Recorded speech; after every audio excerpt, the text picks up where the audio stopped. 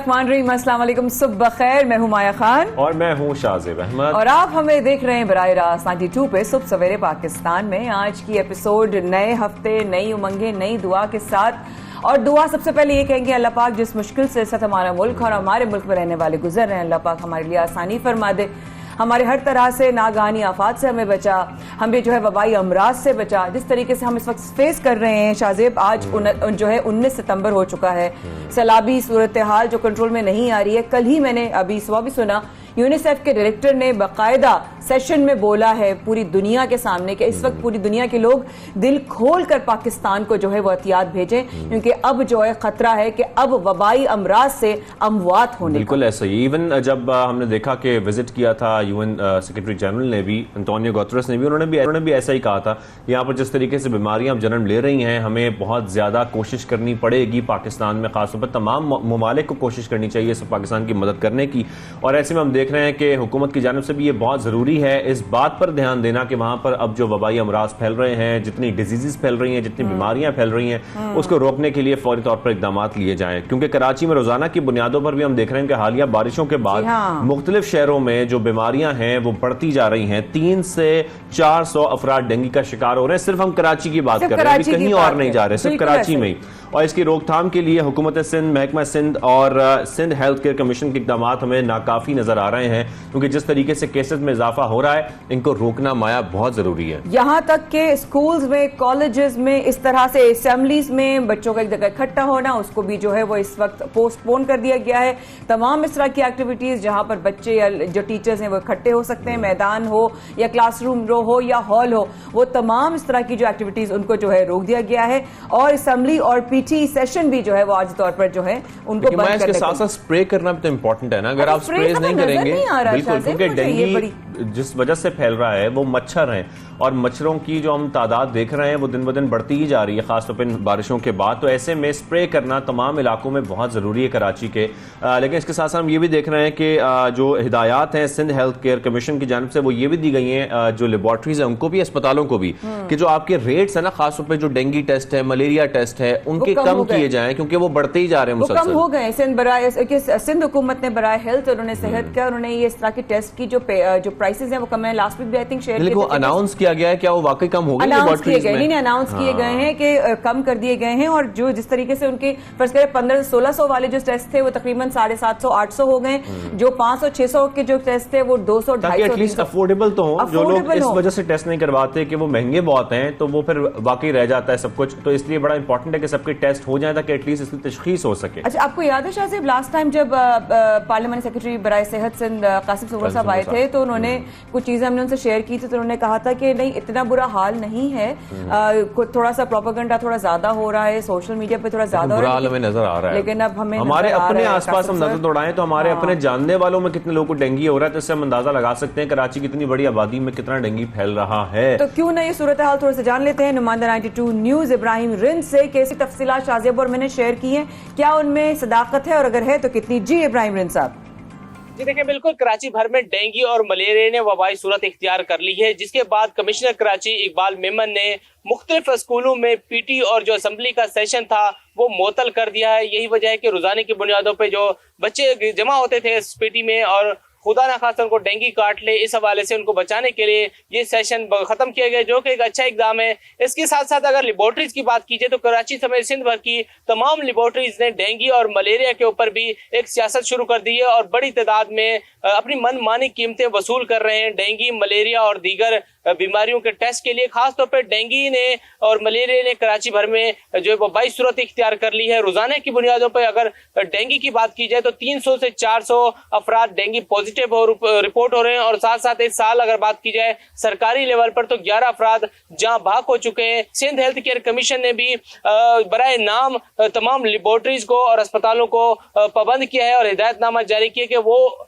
Dengue, malaria और जो दीगर टेस्ट हैं उनकी कीमतें कम करें। खास तौर पे जो है वो डेंगू, मलेरिया और प्लेटलेट्स के जो टेस्ट होते हैं उनकी कीमतें कम करने की हिदायत की है तमाम लेबोरेटरीज और अस्पतालों को। जैसा कि NS1 एंटीजन जो डेंगू का टेस्ट था वो पहले 1400 से 3000 रुपए का था, उसको सिंध हेल्थ केयर कमीशन ने 850 रुपए में करने की हिदायत की। इसी तरह जो प्लेटलेट्स काउंट टेस्ट है वो 450 से 550 था, जिसको 250 रुपए करने के लिए हिदायत की है सिंध हेल्थ केयर कमीशन ने। और साथ साथ ICT मलेरिया का जो टेस्ट है वो 800 से 1300 रुपए का था, जो कि 500 रुपए करने की हिदायत की है सिंध हेल्थ केयर कमीशन ने। और अभी भी कराची समेत सिंध भर के तमाम अस्पतालों में इस पर अमल दरामद नहीं हुआ। 15 सितंबर से हिदायत की थी सिंध हेल्थ केयर कमीशन ने कि ये टेस्ट इस कीमत में किए जाए, लेकिन मनमानी कीमतें वसूल करने का सिलसिला जारी है। मुख्तलिफ लेबोरेटरीज और अस्पतालों की जानिब से सिंध हेल्थ केयर कमीशन के जो अहकाम थे वो हवा में उड़ा दिए गए। और सिंध हेल्थ केयर कमीशन की जो अपनी टीम है, जिसमें खासतौर पर CEO हैं, एंटी जो है क्वेकरी के डायरेक्टर हैं, डायरेक्टर लाइसेंसिंग है, वो भी इस पे बराए नाम से भी हिदायत दे रहे हैं, लेकिन उन पे अमल दरामद कराने में मुकम्मल नाकाम हो चुके हैं। जिस तरह अताइयों का खात्मा करने में नाकाम हो चुके हैं, इसी तरह डेंगू, मलेरिया के टेस्ट जो हिदायत की गई थी उन पे भी नाकाम हो चुके हैं। और सिर्फ चंद ही लेबोरेटरीज की इंतजामिया से बात करके उन्होंने टेस्ट कम करने की जो है वो हिदायत की थी, लेकिन जो अवाम है वो शदीद अजियत का शिकार हो चुके हैं, शदीद परेशान है। मुख्तलिफ अस्पतालों में जाके रोजाना की बुनियादों पर अपना इलाज कराने पे मजबूर है। स्कूलों की इंतजामिया को और अवाम को भी हिदायत की गई है तिबी माहिरीन की जानिब से कि खुद अपनी मदद आपके तहत भी रोजाना की बुनियादों पर स्प्रे मुहिम जारी रखें ताकि डेंगू का खात्मा मुमकिन हो सके। Thank you very much. आप हमें अपडेट कर रहे थे और हमें आप बताते रहते हैं इस हवाले से, और जो निशानदेही आप भी कर रहे हैं और जो खदशा जाहिर किया जा रहा था जिस तरीके से, वो अब हम होता हुआ देख रहे हैं मुख्तलिफ अस्पतालों में। अभी हमने रिसेंटली विजिट भी किया फ्राइडे को, और हम अस्पतालों का हाल देख रहे थे, वहां पर खड़े होने की जगह नहीं है, इतना ज्यादा रश हो गया है, बहुत ज्यादा रश है, लोगों की लाइनें लगी हुई हैं। और उसकी वजह एक ये भी है कि उनमें बहुत बड़ी तादाद उन लोगों की भी है जो कि फ्लड इफेक्टेड एरियाज हैं और वहां से वो कराची मुंतकिल हुए हैं लोग अपना इलाज कराने के लिए। तो एक तो उनका रश है, फिर एक ऑलरेडी कराची के लोग जिनकी बहुत बड़ी आबादी है वो अस्पतालों में जा जाकर इलाज करा रहे हैं और वहां पर बेड्स अवेलेबल नहीं है। ये प्रॉब्लम चल रही है। मैं खुद देख कर आया हूं कि वहां पर जितने भी वार्ड्स हैं वो मुकम्मल तौर पर भर चुके हैं, बेड्स अवेलेबल नहीं है, और जो डेंगू के पेशेंट्स मजीद आ रहे हैं उनको अकोमोडेट करने की जगह नहीं है। ये अस्पतालों की रिसेंटली अभी सिचुएशन हम देख रहे हैं। माया, अभी सर अब जो अभी इब्राहिम रिन साहब ने भी हमें बताया कि कीमतें जो है वो कम तो कर दी गई हैं, लेकिन फिर भी उसके बाद जो है मुंह मांगी कीमतें। खुदारा इस वक्त हमें एक दूसरे की जो है ना मदद और थोड़ा सा इंसानियत का जो एक आंसर है ना वो हमें दिखाने की बेहद जरूरत है। जो सिचुएशन इस वक्त नजर आ रही है डेंगू और पूरे सूरत हाल, सर कराची की बात की है बिशाजिब ने, अगर हम पूरे मुल्क की बात करें इस वक्त जहां जहां सैलाबी सूरत हाल इस वक्त अब संभलने भी लगी है ना, तो वबाई अमराज जो है, कल ही की खबर है, अनफॉर्चुनेट बड़ी दुख की बात है, 4 बच्चों की भी जो है वो भूख की और बीमारियों की वजह से जो है वो डेथ हो गई। एक इंसान की खबर आई है कि वो 3 दिन से, अब तक वो डॉक्टर के पास पहुंचा, वो 3 दिन से भूखा था। उस डॉक्टर बकौर वहां के डॉक्टर्स जो वहां पर इस वक्त तैनात हैं, उन्होंने बताया कि जी इस इंसान की जो मौत है वो भूख की वजह से हुई है।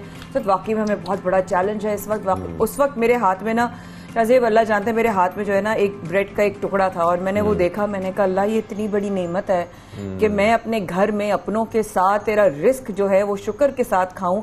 कितने लोगों को चॉइस तो छोड़े, जो बेसिक रिस्क है वो भी अवेलेबल नहीं है, जो बेसिक इस वक्त सफाइयां हैं वो भी अवेलेबल नहीं है। पाक अफवाज की बात करें, वो इस तरह इस वक्त जहां जहां कौन सा कोयटा हो गया, सिंध हो गया, पंजाब हो गया, जिस तरीके से वो पहुंचा रहे हैं राशन, बच्चों को उठा के इस तरह वो रेस्क्यू कर रहे हैं, जो काम कर रहा है वो कर रहा है, लेकिन जो हमें मिसिंग है ना, जो ब्लैंक है उसको फिल करने की जरूरत है कि इस तरह टेस्ट की जो प्राइसेस हैं बिल्कुल इसके साथ साथ हमारे जो NGOs हैं खासतौर पर, हम रोजाना की बुनियाद पर उनका जिक्र इसलिए भी कर रहे हैं कि वो बहुत मेहनत कर रहे हैं, बहुत बड़ी कंट्रीब्यूशन है उनकी।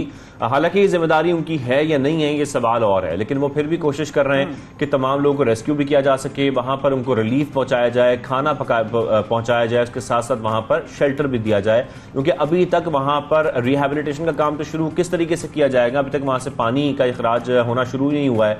अभी भी सिंध के कई शहर ऐसे हैं जो मुकम्मल तौर पर डूबे हैं, वहां पर लोग जो है वो अभी भी परेशान हैं इस वजह से, क्योंकि वो अपने घर वापस नहीं जा सकते। और याद रखिएगा, शुक्र हमें करना चाहिए कि हम अपने घरों में हैं, अपनों के साथ हैं, सेहतमंद खाना खा रहे हैं, साफ पानी पी रहे हैं, लेकिन हमें इस बात का एहसास नहीं खत्म होने देना चाहिए, क्योंकि अभी थोड़ी देर बाद कुछ लम्हों में कासिम सुब्रो साहब हमारे साथ होंगे।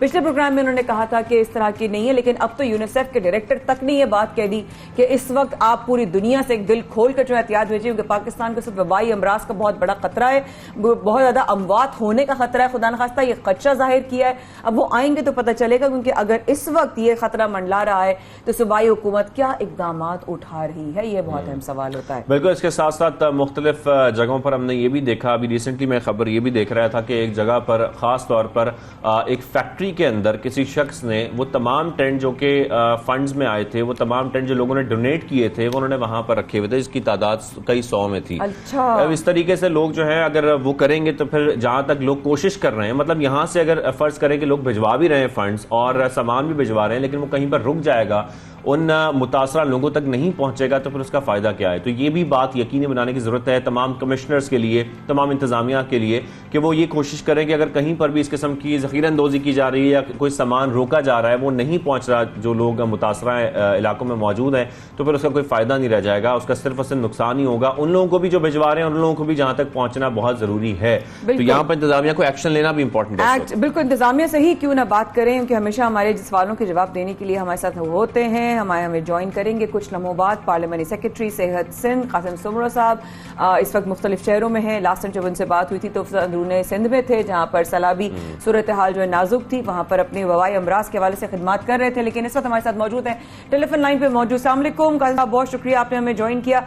आप इस वक्त कहाँ मौजूद हैं और ये बताइएगा इस वक्त जो आलमी इदारे सेहत ने, यूनिसेफ ने और यूनिसेफ के डायरेक्टर ने जो खदशा जाहिर किया है कि पाकिस्तान पर सैलाब के बाद जानलेवा जो है वबाई अमराज का खतरा मंडला रहा है, अगर सूबाई सतह पर आप लोग काम कर रहे हैं सर, तो वो क्या काम हो रहा है, कैसे निपट रहे हैं? जी बिस्मिल्लाहिर्रहमानिर्रहीम, बहुत शुक्रिया आपका। मैं इस वक्त सक्खर में हूँ।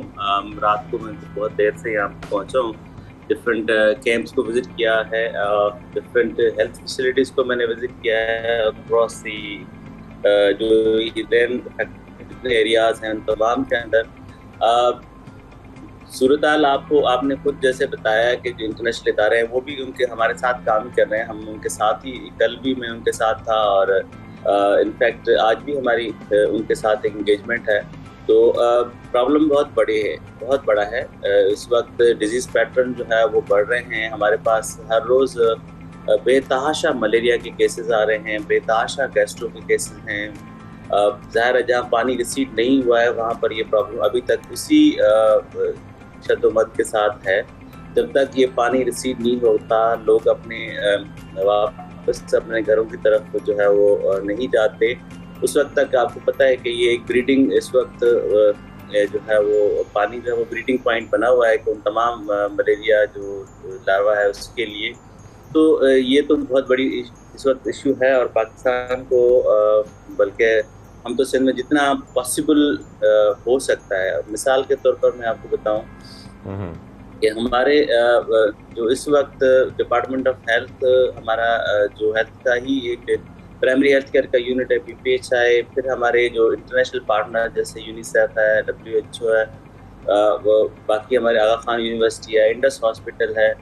तो ये हम तमाम ने जो है वो एरियाज़ आइडेंटिफाई किए हुए हैं, डिफाइन किए हुए हैं और हम हर एरिया के अंदर सुबह सवेरे जो है वो टीम्स निकलती हैं, बोट्स के ज़रिए भी जा रही हैं। हमारी टीम्स जो हैं वो गाड़ियों के ऊपर भी जा रही हैं, बाय फुट भी जा रही हैं। इस वक्त जैसे आपने कहा कि हम हर तरीके से कोशिश करते हैं कि एटलीस्ट रीच आउट जो है वो उन एरियाज़ तक हों जहाँ पर जो IDPs से डिस्प्लेस्ड लोग हैं वो बैठे हुए हैं। फिर जो मेल न्यूट्रिशन का बहुत बड़ा इशू आ रहा है हमारे पास बच्चों के अंदर। कल भी मैं सक्खर के परसों इनफैक्ट मैं सक्खर के एक बहुत दूर दराज एरिया में मैंने विज़िट किया है। वहाँ पर हमें रिपोर्ट्स मिली थी कि गैस्ट्रो आउटब्रेक है, तो हमारी तमाम टीम्स वहाँ पर थी। PPHI को भी हमने मोबिलाइज किया था, वो थोड़ा बॉर्डरिंग तो खैरपुर लगता है, वहाँ पर भी जो है वो सर आपकी बात काट रही हूँ, आपने कहा मैनेजमेंट का इशू आ रहा है, मैं शायद समझी नहीं सही तरह, जरा दोहरा दीजिएगा। जी नहीं, मैनेजमेंट का कोई इशू नहीं है। देखिए, मैनेजमेंट का इशू सिर्फ एक सतह पर है और जिससे मैं समझता हूँ कि मुझे बिल्कुल ऑनेस्ट ओपिनियन देना चाहिए उसके ऊपर। वो ये है कि जो हमारे डॉक्टर्स जो हैं जिनको हेल्थ डिपार्टमेंट ने या जो है वो हमने उनको जॉब्स दी ही हैं, they are posted somewhere in the far flung areas. वो जो डॉक्टर्स हैं वो इस वक्त कुछ ऐसे हैं, कुछ जगह ऐसी हैं जहाँ पर वो डॉक्टर्स जो है ना घोस्ट बने हुए हैं। उन्होंने वो अपनी पोस्ट ग्रेजुएट के सिलसिले में जो है वो कराची, हैदराबाद, लारकाना, नवाबशाह, जहाँ जहाँ हमारी टीचिंग हॉस्पिटल्स हैं वहाँ पर गए हुए हैं, और वो उनको हमने वापस पोस्ट आउट किया है कि आप अपनी एटलीस्ट ये जो अभी डेज ऑफ इमरजेंसी हैं तो वहाँ पर जाएं, और बहुत सारों को हमने डिटेलमेंट, ये तकरीबन 10-11 दिन हो गए उसको, हमने उनकी पोस्ट ग्रेजुएशन की जो है वो उनकी डिटेलमेंट वापस की है, लेकिन बहुत सारों ने अभी तक ज्वाइन नहीं किया। अब हमारे चीफ मिनिस्टर साहब से हमने रिक्वेस्ट की थी, और वो जो डॉक्टर जो इस वक्त, इसके अलावा भी कुछ डॉक्टर्स ऐसे हैं जो पोस्ट बने हुए हैं, तो हमने उनके खिलाफ सीएम साहब से भी रिक्वेस्ट की। कैबिनेट ने डिसाइड किया है कि अगर वो लोग वापस नहीं आते तो नंबर 1 तो उनके खिलाफ हमें जो है वो न सिर्फ उसमें डॉक्टर्स हैं, लेकिन उसमें बाकी पैरामेडिक है, नर्सिंग स्टाफ, कुछ अमला, लोअर स्टाफ का भी पैरामेडिक भी है। सही। जो पैरामेडिक, वो जो लोग हैं उनके लिए हमने ये किया है कि अब आप अगर ज्वाइन नहीं करते तो आपको तो नंबर, पहली बात तो आप इस काबिल है ही नहीं कि अगर इस वक्त हमारे लोग परेशानी में हैं, इस वक्त उन लोगों को हमारी जरूरत है, सही, डॉक्टर्स को या अस्पताल को। मैं ये समझता हूँ कि ये एक उम्मीद की जगह है ना, जिंदगी मौत का इख्तियार, इलाज, शफा तो अल्लाह रब्बुल इज्जत की जात देती है। बिल्कुल, इसको बात को यकीनी बनाना बहुत जरूरी है कि डॉक्टर्स अपनी ड्यूटी जिस तरीके से अंजाम दे रहे हैं वो सही तरीके से हो, उसको मैनेज सही किया जाए। लेकिन मुझे काफी साहब यहाँ पर ये जरूर बताइएगा थोड़ा सा, अगर हम डेंगू की बात करें, मैंने अभी पर्सनली विजिट भी किया, हमारी टीम भी जा रही है, मुख्तलिफ हमारे नुमाइंदे अपडेट भी कर रहे हैं। तकरीबन हर अस्पताल में कराची की अगर खासतौर पर बात करें तो डेंगू की वजह से जो बेड्स हैं, जो वार्ड्स हैं, वो मुकम्मल तौर पर भर चुके हैं, जगह नहीं है लोगों को अकोमोडेट करने की। यानी कि वहां पर हमारी जिससे भी बात हो रही थी तो पता यही लगा कि डेंगू के बहुत बड़ी तादाद में केसेस सामने आ रहे हैं। तो ऐसे में इंतजामिया क्या कोशिश कर रही है, क्या जैसे हमने कोविड के दिनों में खासतौर पर देखा था कि इंतजामात खासतौर पर किए गए थे और कुछ ऐसी जगहें मुख्तस की गई थी जहां पर एक्स्ट्रा बेड्स लगाए गए थे, और इसके साथ साथ ये तो पेशेंट्स को अकोमोडेट करने का तरीका है, लेकिन इसके साथ साथ डेंगू को रोकने के लिए क्या कोई स्प्रेज या कोई इस किस्म के इकदाम उठाए जा रहे हैं फौरी तौर पर? देखें, डेंगू की हद तक कराची में ये बहुत बड़ा इस वक्त जो है वो आउटब्रेक है। हर रोज़ तकरीबन 350 से 400 केसेस जो हैं वो हमारी लैब्स या जो प्राइवेट लैब्स हैं हमें रिपोर्ट करती हैं जो डेफिनेट पॉजिटिव केसेस हैं। अब इसमें जो है ना वो 2-3 चीज़ें हमें बड़ी इंपॉर्टेंट हैं। एक तो हमें इसमें हम सब ने मिलके पैनिक होने की ज़रूरत नहीं है। अस्पतालों के अंदर जितने बेड्स हमारे पास थे, हमने उससे भी, जो हमारे पास, आपको याद होगा कि कोविड में हमें एनडीएमए ने, गवर्नमेंट ऑफ पाकिस्तान उस वक्त, फिर हमारी प्रोविंशियल गवर्नमेंट ने जितने मेजर्स लिए थे वो सारी चीज़ें इस वक्त भी मौजूद हैं, और हमने वो बेडिंग कैपेसिटी बढ़ा दी है हमारे अस्पतालों के अंदर। जहाँ जहाँ हमारी मिसाल, हमारी जितनी बड़ी कराची की अस्पतालें हैं जो हेल्थ डिपार्टमेंट के अंदर आती हैं, और हमने ये रिक्वेस्ट जो है वो लोकल गवर्नमेंट कराची को भी की है कि आपके अंडर में जितनी अस्पतालें आती हैं उसकी भी थोड़ी बेडिंग कैपेसिटी और डॉक्टर्स की जो अवेलेबिलिटी है उसको इंश्योर करें। आप बता रहे हैं कि इकदाम लिए जा रहे हैं, तो ये फौरी तौर पर इकदाम लेना बहुत जरूरी है, जिस तरीके से हम देख रहे हैं कि पेशेंट्स में इजाफा हो रहा है। माया, बिल्कुल ऐसे। थैंक यू सो मच कंसोमर साहब, आपने वक्त निकाला और आप आए, सक्खर में आप हैं, तो अपना ख्याल रखिएगा। And I am very sure आपको हम दोबारा ज़रूर तकलीफ देंगे, लेकिन हम आपसे ना पूछें तो फिर किससे पूछें। और सवाल तो सिर्फ एक नहीं है इस वक्त, तो सवाल ये है कि रोटी जो है वो 40 रुपए की हो गई है। बात करें अगर 15 kg के आटे की अगर बात करें तो वो 1500 रुपये तक पहुंच चुका है। डबल रोटी 60 रुपये तक पहुंच चुकी है। अब आम आदमी जो एक किसान है या एक गरीब है या मजदूर है, वो 40 रुपए तक की रोटी कहाँ से अफोर्ड करेगा? अगर वो एक वक्त में 2 रोटी खाता है तो 80 रुपए, यानी कि तकरीबन 100 रुपए। तो 100 रुपए से ज़्यादा तो उसका एक वक्त का खाना हो गया, और उसकी दिहाड़ी अगर 500-1000 रुपए है तो फिर वो बचाएगा क्या खाएगा क्या? बिल्कुल ऐसी है। पंजाब में आटे का 15 किलो का थैला 1500 रुपए से जायद का फरोख्त हो रहा है, जबकि अगर कराची की बात करें तो फी किलो आटा 6 रुपए इजाफे से 126 रुपए का हो चुका है। बलूचिस्तान में भी कुछ ऐसी ही सूरत हाल है जैसे कि माया जिक्र कर रही है कि वहां पर सिंगल रोटी 30 रुपए की मिल रही है। तो ऐसे में लोग अफोर्ड किस तरीके से कर सकते हैं, ये बिल्कुल समझ से बाहर है, और इस पर हम मजीद बात भी करेंगे इस हवाले से, और जानने की कोशिश भी करेंगे कि जो मुसलसल इजाफा है इसकी वजूहात क्या हैं, क्या ये सैलाब की वजह से है? क्योंकि जब सैलाब माया नहीं भी था उससे पहले भी हम देख रहे थे कि प्राइसेस में मुसलसल इजाफा हो रहा था। बिल्कुल ऐसा ही, प्राइसेस बढ़ रही थी। और इसी पे हमें मजीद बात करने के लिए हमें ज्वाइन किया है group leader flour mills association Asim Raza साहब ने। अस्सलाम वालेकुम आसिम साहब, प्रोग्राम में आप आए, बहुत शुक्रिया। लेकिन क्या वजह है आटे की कीमतों में? सर शाजिब ने भी यही कहा कि जब ये सिचुएशन सैलाब की नहीं थी उस वक्त भी जो उनकी जो कीमतें थी वो आसमान से बातें करना शुरू हो गई थी, लेकिन मुसलसल देख रहे हैं इजाफा हो रहा है, कमी नहीं आ रही, क्यों? देखें, गुजारिश ये है कि हमेशा गवर्नमेंट उस टाइम पे रिलीजेस करती है जब एक सर्टेन लेवल से आटे की प्राइस ऊपर जाने लगती है। ये पहली दफा है कि आटे की और गंदम की प्राइसेस इतनी ऊपर चली गई, लेकिन अभी तक तीनों हुकूमतों ने मासाए पंजाब के किसी ने गंदम की रिलीज नहीं की। अब ये तो गवर्नमेंट ने सेटल करना होता है कि इस रेट से आटा जब ऊपर तजावुज करने लगेगा तो हम मार्केट में इंटरवीन करेंगे और गंदम की रिलीज शुरू कर देंगे। आप देखें सिंध में गंदम की कीमत जिस तरह आपने बताया कि सैलाब से पहले भी 3500-3600 रुपए तक जा पहुंची थी, तो उस टाइम भी गवर्नमेंट ने रिलीजेस नहीं की। अगर आप KPK देखें तो वहाँ पे 1000, 1200, 1500 टन सिर्फ किया जा रहा था, जबकि 10,000 टन KPK की जरूरत है। बलोचिस्तान के अंदर आज तक गंदम नहीं दी गई। तो ये ऑल टुगेदर जब हम देखते हैं तो अल्टीमेटली मार्केट में जो प्राइवेट सेक्टर में गंदम पड़ी हुई थी उसके खरीदार बहुत सारे थे, लेकिन उसके मद्दे मुकाबिल कोई और सेल करने वाला नहीं है प्राइवेट सेक्टर में। अगर गवर्नमेंट इंटरवीन करती तो ये प्राइसेस रुक जाती और आज जिस जगह पे जा पहुंची है ये ना होता। तो इस पे मैं समझता हूँ कि गवर्नमेंट ने अपना डिले करके मार्केट को बहुत ऊपर ले गए और आम आदमी, आम सारिफ की पहुंच से ये गंदम और आटा बाहर चला गया। लेकिन सर एक चीज हम समझना चाह रहे हैं, जैसे कि आप यही बता रहे हैं, लेकिन ये प्रॉब्लम किस तरीके से हल की जाएगी कि गवर्नमेंट जो कीमतें हैं उसका तायुन इस तरीके से करे कि हर सूबे में तकरीबन एक रेट तो मिले। हमें पंजाब में कुछ और रेट मिल रहा है, सिंध में कुछ और रेट मिल रहा है, बलूचिस्तान में तो रेट इतना ऊपर चला गया है तो वो तो अफोर्डेबल ही नहीं है। तो इस हवाले से आपकी एसोसिएशन कुछ खास तौर पर कॉन्टैक्ट में गवर्नमेंट के साथ या कोई काम इस तरह का कर रही है कि ये कीमतों का तायुन किया जाए, इनको फिक्स किया जाए और फिर गवर्नमेंट से डिसाइड करने के बाद कीमतों को बढ़ाया जाए?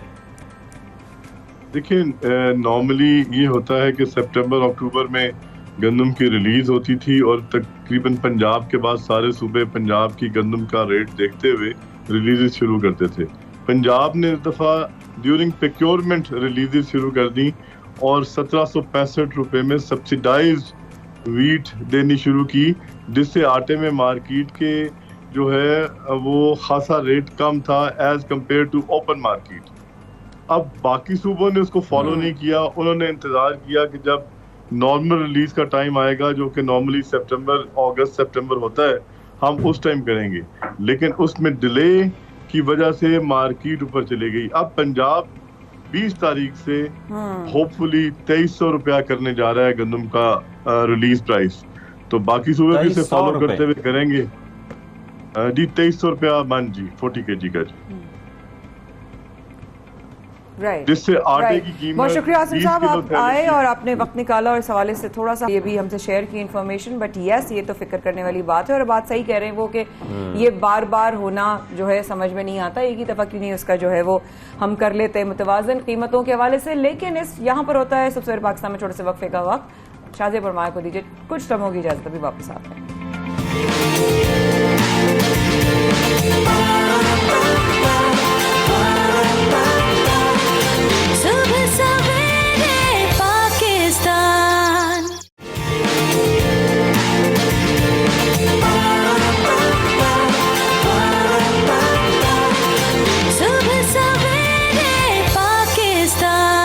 पाकिस्तान में शाज़िब बुरमाया के साथ रहने का बहुत शुक्रिया। उम्मीद है आपकी सुबह अच्छी और खैरियत के साथ और अपनों के साथ होगी। प्लीज़ जब घर से निकलें ख्याल से निकलिएगा।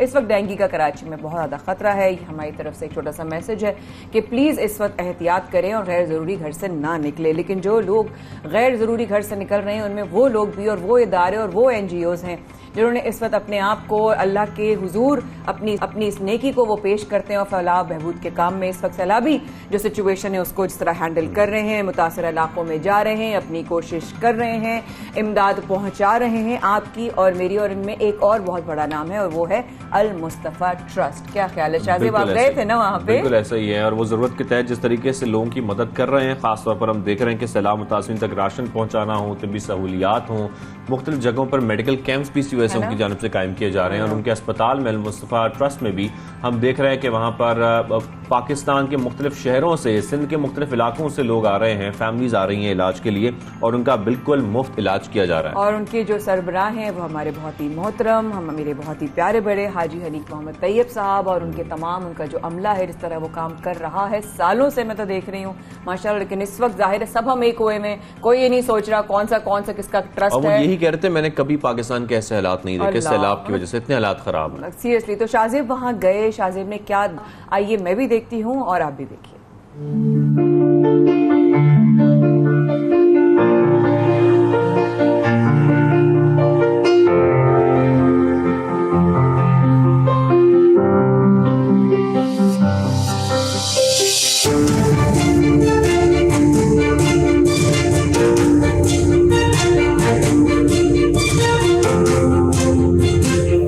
हम इस वक्त अपनी टीम के साथ पहुंचे हैं अल मुस्तफ़ा हॉस्पिटल में। इस वक्त इंसानियत की खिदमत मुख्तलिफ इदारे कर रहे हैं, खासतौर पर वो तमाम बेसहारा लोग जो कि सैलाब मुतासरीन हैं और सिंध के इलाके हों, बलूचिस्तान के हों। लेकिन खास तौर पर जब हम कराची की बात करते हैं, यहाँ पर कई ऐसे अफराद हैं, कई ऐसी फैमिलीज हैं, खवातीन हैं, बच्चे हैं जिनको सिंध के मुख्तलिफ इलाकों से मुंतकिल किया जा रहा है क्योंकि अब तिब्बी इमदाद उनको फराम करना ज़रूरी है, उनका इलाज बहुत ज़रूरी है और इनके इलाज के लिए वहाँ पर सहूलियात मैसर उनको नहीं है। सैलाब की वजह से ना वहाँ पर खुराक मैसर है, ना उनके पास प्रॉपर शेल्टर है, ना उनके घर हैं वहाँ पर जो कि बह चुके हैं। तो ऐसे में उनको कराची मुंतकिल करना बहुत ज़रूरी है ताकि उनका इलाज हो सके।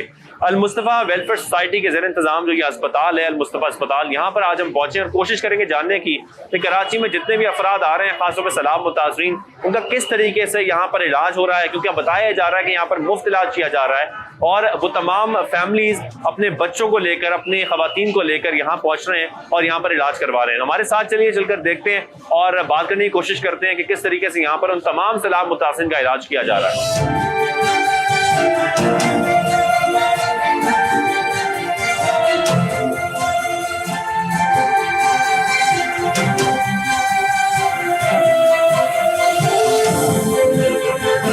मेरा नाम है सोफिया। हमारे ज़िला कश्मीर में एक सैलाब आया, हम उसकी वजह से मजबूर हो के हम प्रदेश में आ गए हैं और हमारी इलाज बहुत अच्छी तरह चल रही है। हमें टेबलेट वगैरह सब कुछ हमारे टाइम पे चल रहा है।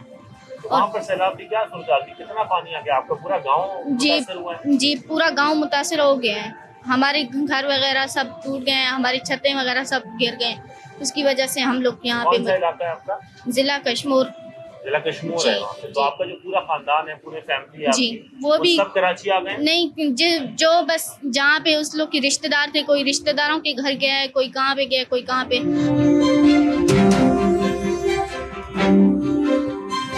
मेरी जानने वाली मुझे यहाँ पे करवा के गई जमा, इन्होंने हमारे साथ बहुत कापरेट किया, इतना किया कि मैं सोच नहीं सकती। क्या हुआ आपकी बेटी को? मेरी बेटी प्रेग्नेंट थी। अच्छा। अभी 1.5 महीना था तो पहले दर्द शुरू हो गए, बच्चे की धड़कन बढ़ गई, केस नहीं ले रहे, जवाब दे दिया।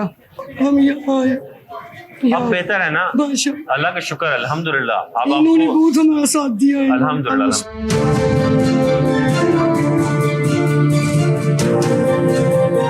अल मुस्तफ़ा वेलफेयर में हम जैसा कि जिक्र कर रहे थे, सिंध के इंटीरियर से बेहद फैमिलीज यहाँ पर आ रही हैं। बहुत सारे लोग कोशिश कर रहे हैं कि फैमिलीज को यहाँ पर लाया जाए। हालात वाकई अभी भी बहुत मुश्किल हैं। हम जिस तरीके से पहले भी कवरेज कर रहे थे और वहाँ पर जाने की हमने कोशिश भी की, अपने प्रोग्राम में दिखाया भी कि वहाँ के हालात अभी किस किस्म के हैं। पानी निकलने में भी कई माह लग सकते हैं, बहुत वक्त लग सकता है और ऐसे में लोग मजबूर हैं क्योंकि वहाँ पर इलाज पॉसिबल नहीं है, उनको कराची लाया जा रहा है। खासतौर पर अल मुस्तफ़ा वेलफेयर में हम देख रहे हैं बहुत सारे ऐसे फ्लड इफेक्टीज हैं, सैलाब मुतासरीन हैं जिनका यहाँ पर इलाज हो रहा है। एक और खातून हमारे साथ मौजूद है, उनसे हम बात करने की कोशिश करते हैं। अस्सलाम वालेकुम। वालेकुम सलाम। इनका नाम, इनसे पूछेगा इनका नाम क्या है, कहाँ से ताल्लुक है इनका? मेरा नाम सुगरा। सुगरा सुखरा नालो तहां से केड़े गोठ जाओ? असां लाड़का ने पासे और यारू लाखेर गोठा हो तो लाड़काना से हैं। लड़काना से है या आपको गोठ है? अच्छा अच्छा अच्छा, तो इनसे पूछिएगा कि वहाँ पर इनके इलाके के क्या हालात थे जब ये वहाँ से निकली हैं खास तौर तहां पर। जदी इधर आए हो तो हालात छा हुआ? गलत पानी हो, पानी ज्यादा हो, चौफे तरफ पानी फिरी आयो, मजबूर जगह पे थी। गहरे पानी आ गया था बहुत तेजी से, तो उसकी वजह से वहां से निकलना पड़ा। अच्छा, हाणे तहां जे जेका माण्हू तहां के कहिड़ा माण्हू आहियो वटां? असां माण्हू आहियूं भई तेहूं ॿ वॾे स्कूल में ने 4 माण्हू हाँ आहियो चार तव्हांजी फैमिली में। हाँ। हाणे तहां सां घटि जेका आहे न गोठ से केतिरा माण्हू आया आहिनि? गोठ से ज्यादा है, केतिरा? 50 60 को मथे। 80 अफराद इनके साथ आए हैं लाड़काना से, और ये लोग एक स्कूल में रहाइश पजीर हैं। यहाँ कराची में स्कूल में रहाइश पजीर हैं और 80 अफराद लाड़काना से आए हैं। और ये एक ही गोठ के हैं लाड़काना से। अच्छा, तो वो 80 अफराद इनके कहाँ हैं अभी? वो 80 अफराद आपके कहाँ हैं? कितना थो बैठा है? कॉलेज स्कूल आए, कॉलेज केड़ा यूसुफ गोठ। यूसुफ गोठ में जो कॉलेज है गवर्नमेंट का, उसके अंदर बैठा। अच्छा, वहाँ पर जो अभी गवर्नमेंट रहाइश कोशिश कर रही है, वहाँ जी, पर पनाह दे रही है, ये उन इलाके में वहाँ पर ये है। जी जी।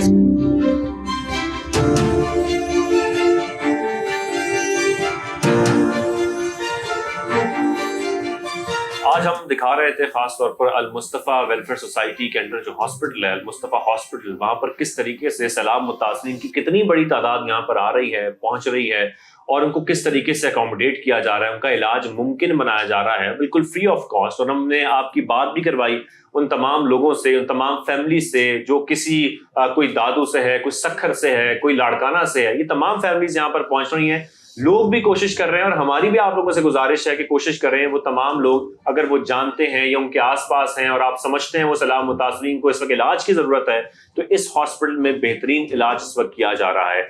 मजीद हम जानना भी चाहते हैं कि खास तौर पर इस वक्त हम 3 बड़े सूबे, बल्कि तकरीबन 4 सूबे ही मुतासर देख रहे हैं सैलाब से, और वहां पर अभी भी बहुत बड़ी तादाद है लोगों की जो मुख्तलिफ इलाकों में फंसी है। वहां पर राशन भी पहुंचाया जा रहा है खास तौर पर।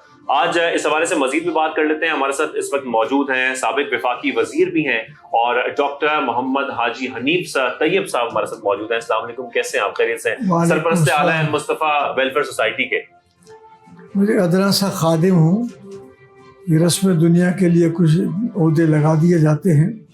मैं सबसे पहले तो अल्लाह का शुक्र अदा करता हूँ कि अल्लाह ताला ने इस वक्त दुखी इंसानियत की खिदमत का हमको 4 सूबों में और थोड़े अरसे के लिए आया था नीलम के इलाके में भी, तो उस जगह सब जगह खिदमत करने का अल्लाह ने मौका अता फरमाया। आपकी तशरीफ़ आवी पर मैं आपको 92 को ख़ास तौर पर मुबारकबाद देता हूँ कि हम जितने प्रोग्राम करते हैं, international diabetes day, international kidney day, senior citizen home गोशा सैयदना अमीर हमज़ा, सब में आपकी टीमें आती हैं और रिकॉर्ड करती हैं।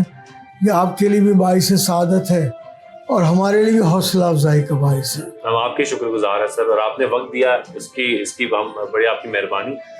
सर, साथ साथ हम जिस तरीके से देख रहे हैं, सबसे पहले तो मुझे ये बताइएगा, आप माशाल्लाह आपकी जो वेलफेयर है वो मुख्तलिफ हम देखते रहे हैं पाकिस्तान पे, जब भी कोई आफत आती है आपकी तमाम जो टीम्स हैं वो फैल जाती हैं और ऑलरेडी पूरे मुल्क में फैली हुई हैं और कोशिश करती हैं इंसानियत की खिदमत करने की, वहाँ पर पहुँचने की, मेडिकल कैंप्स हो, राशन पहुँचाना हो, कई काम होते हैं ऐसे मौक़ों पे।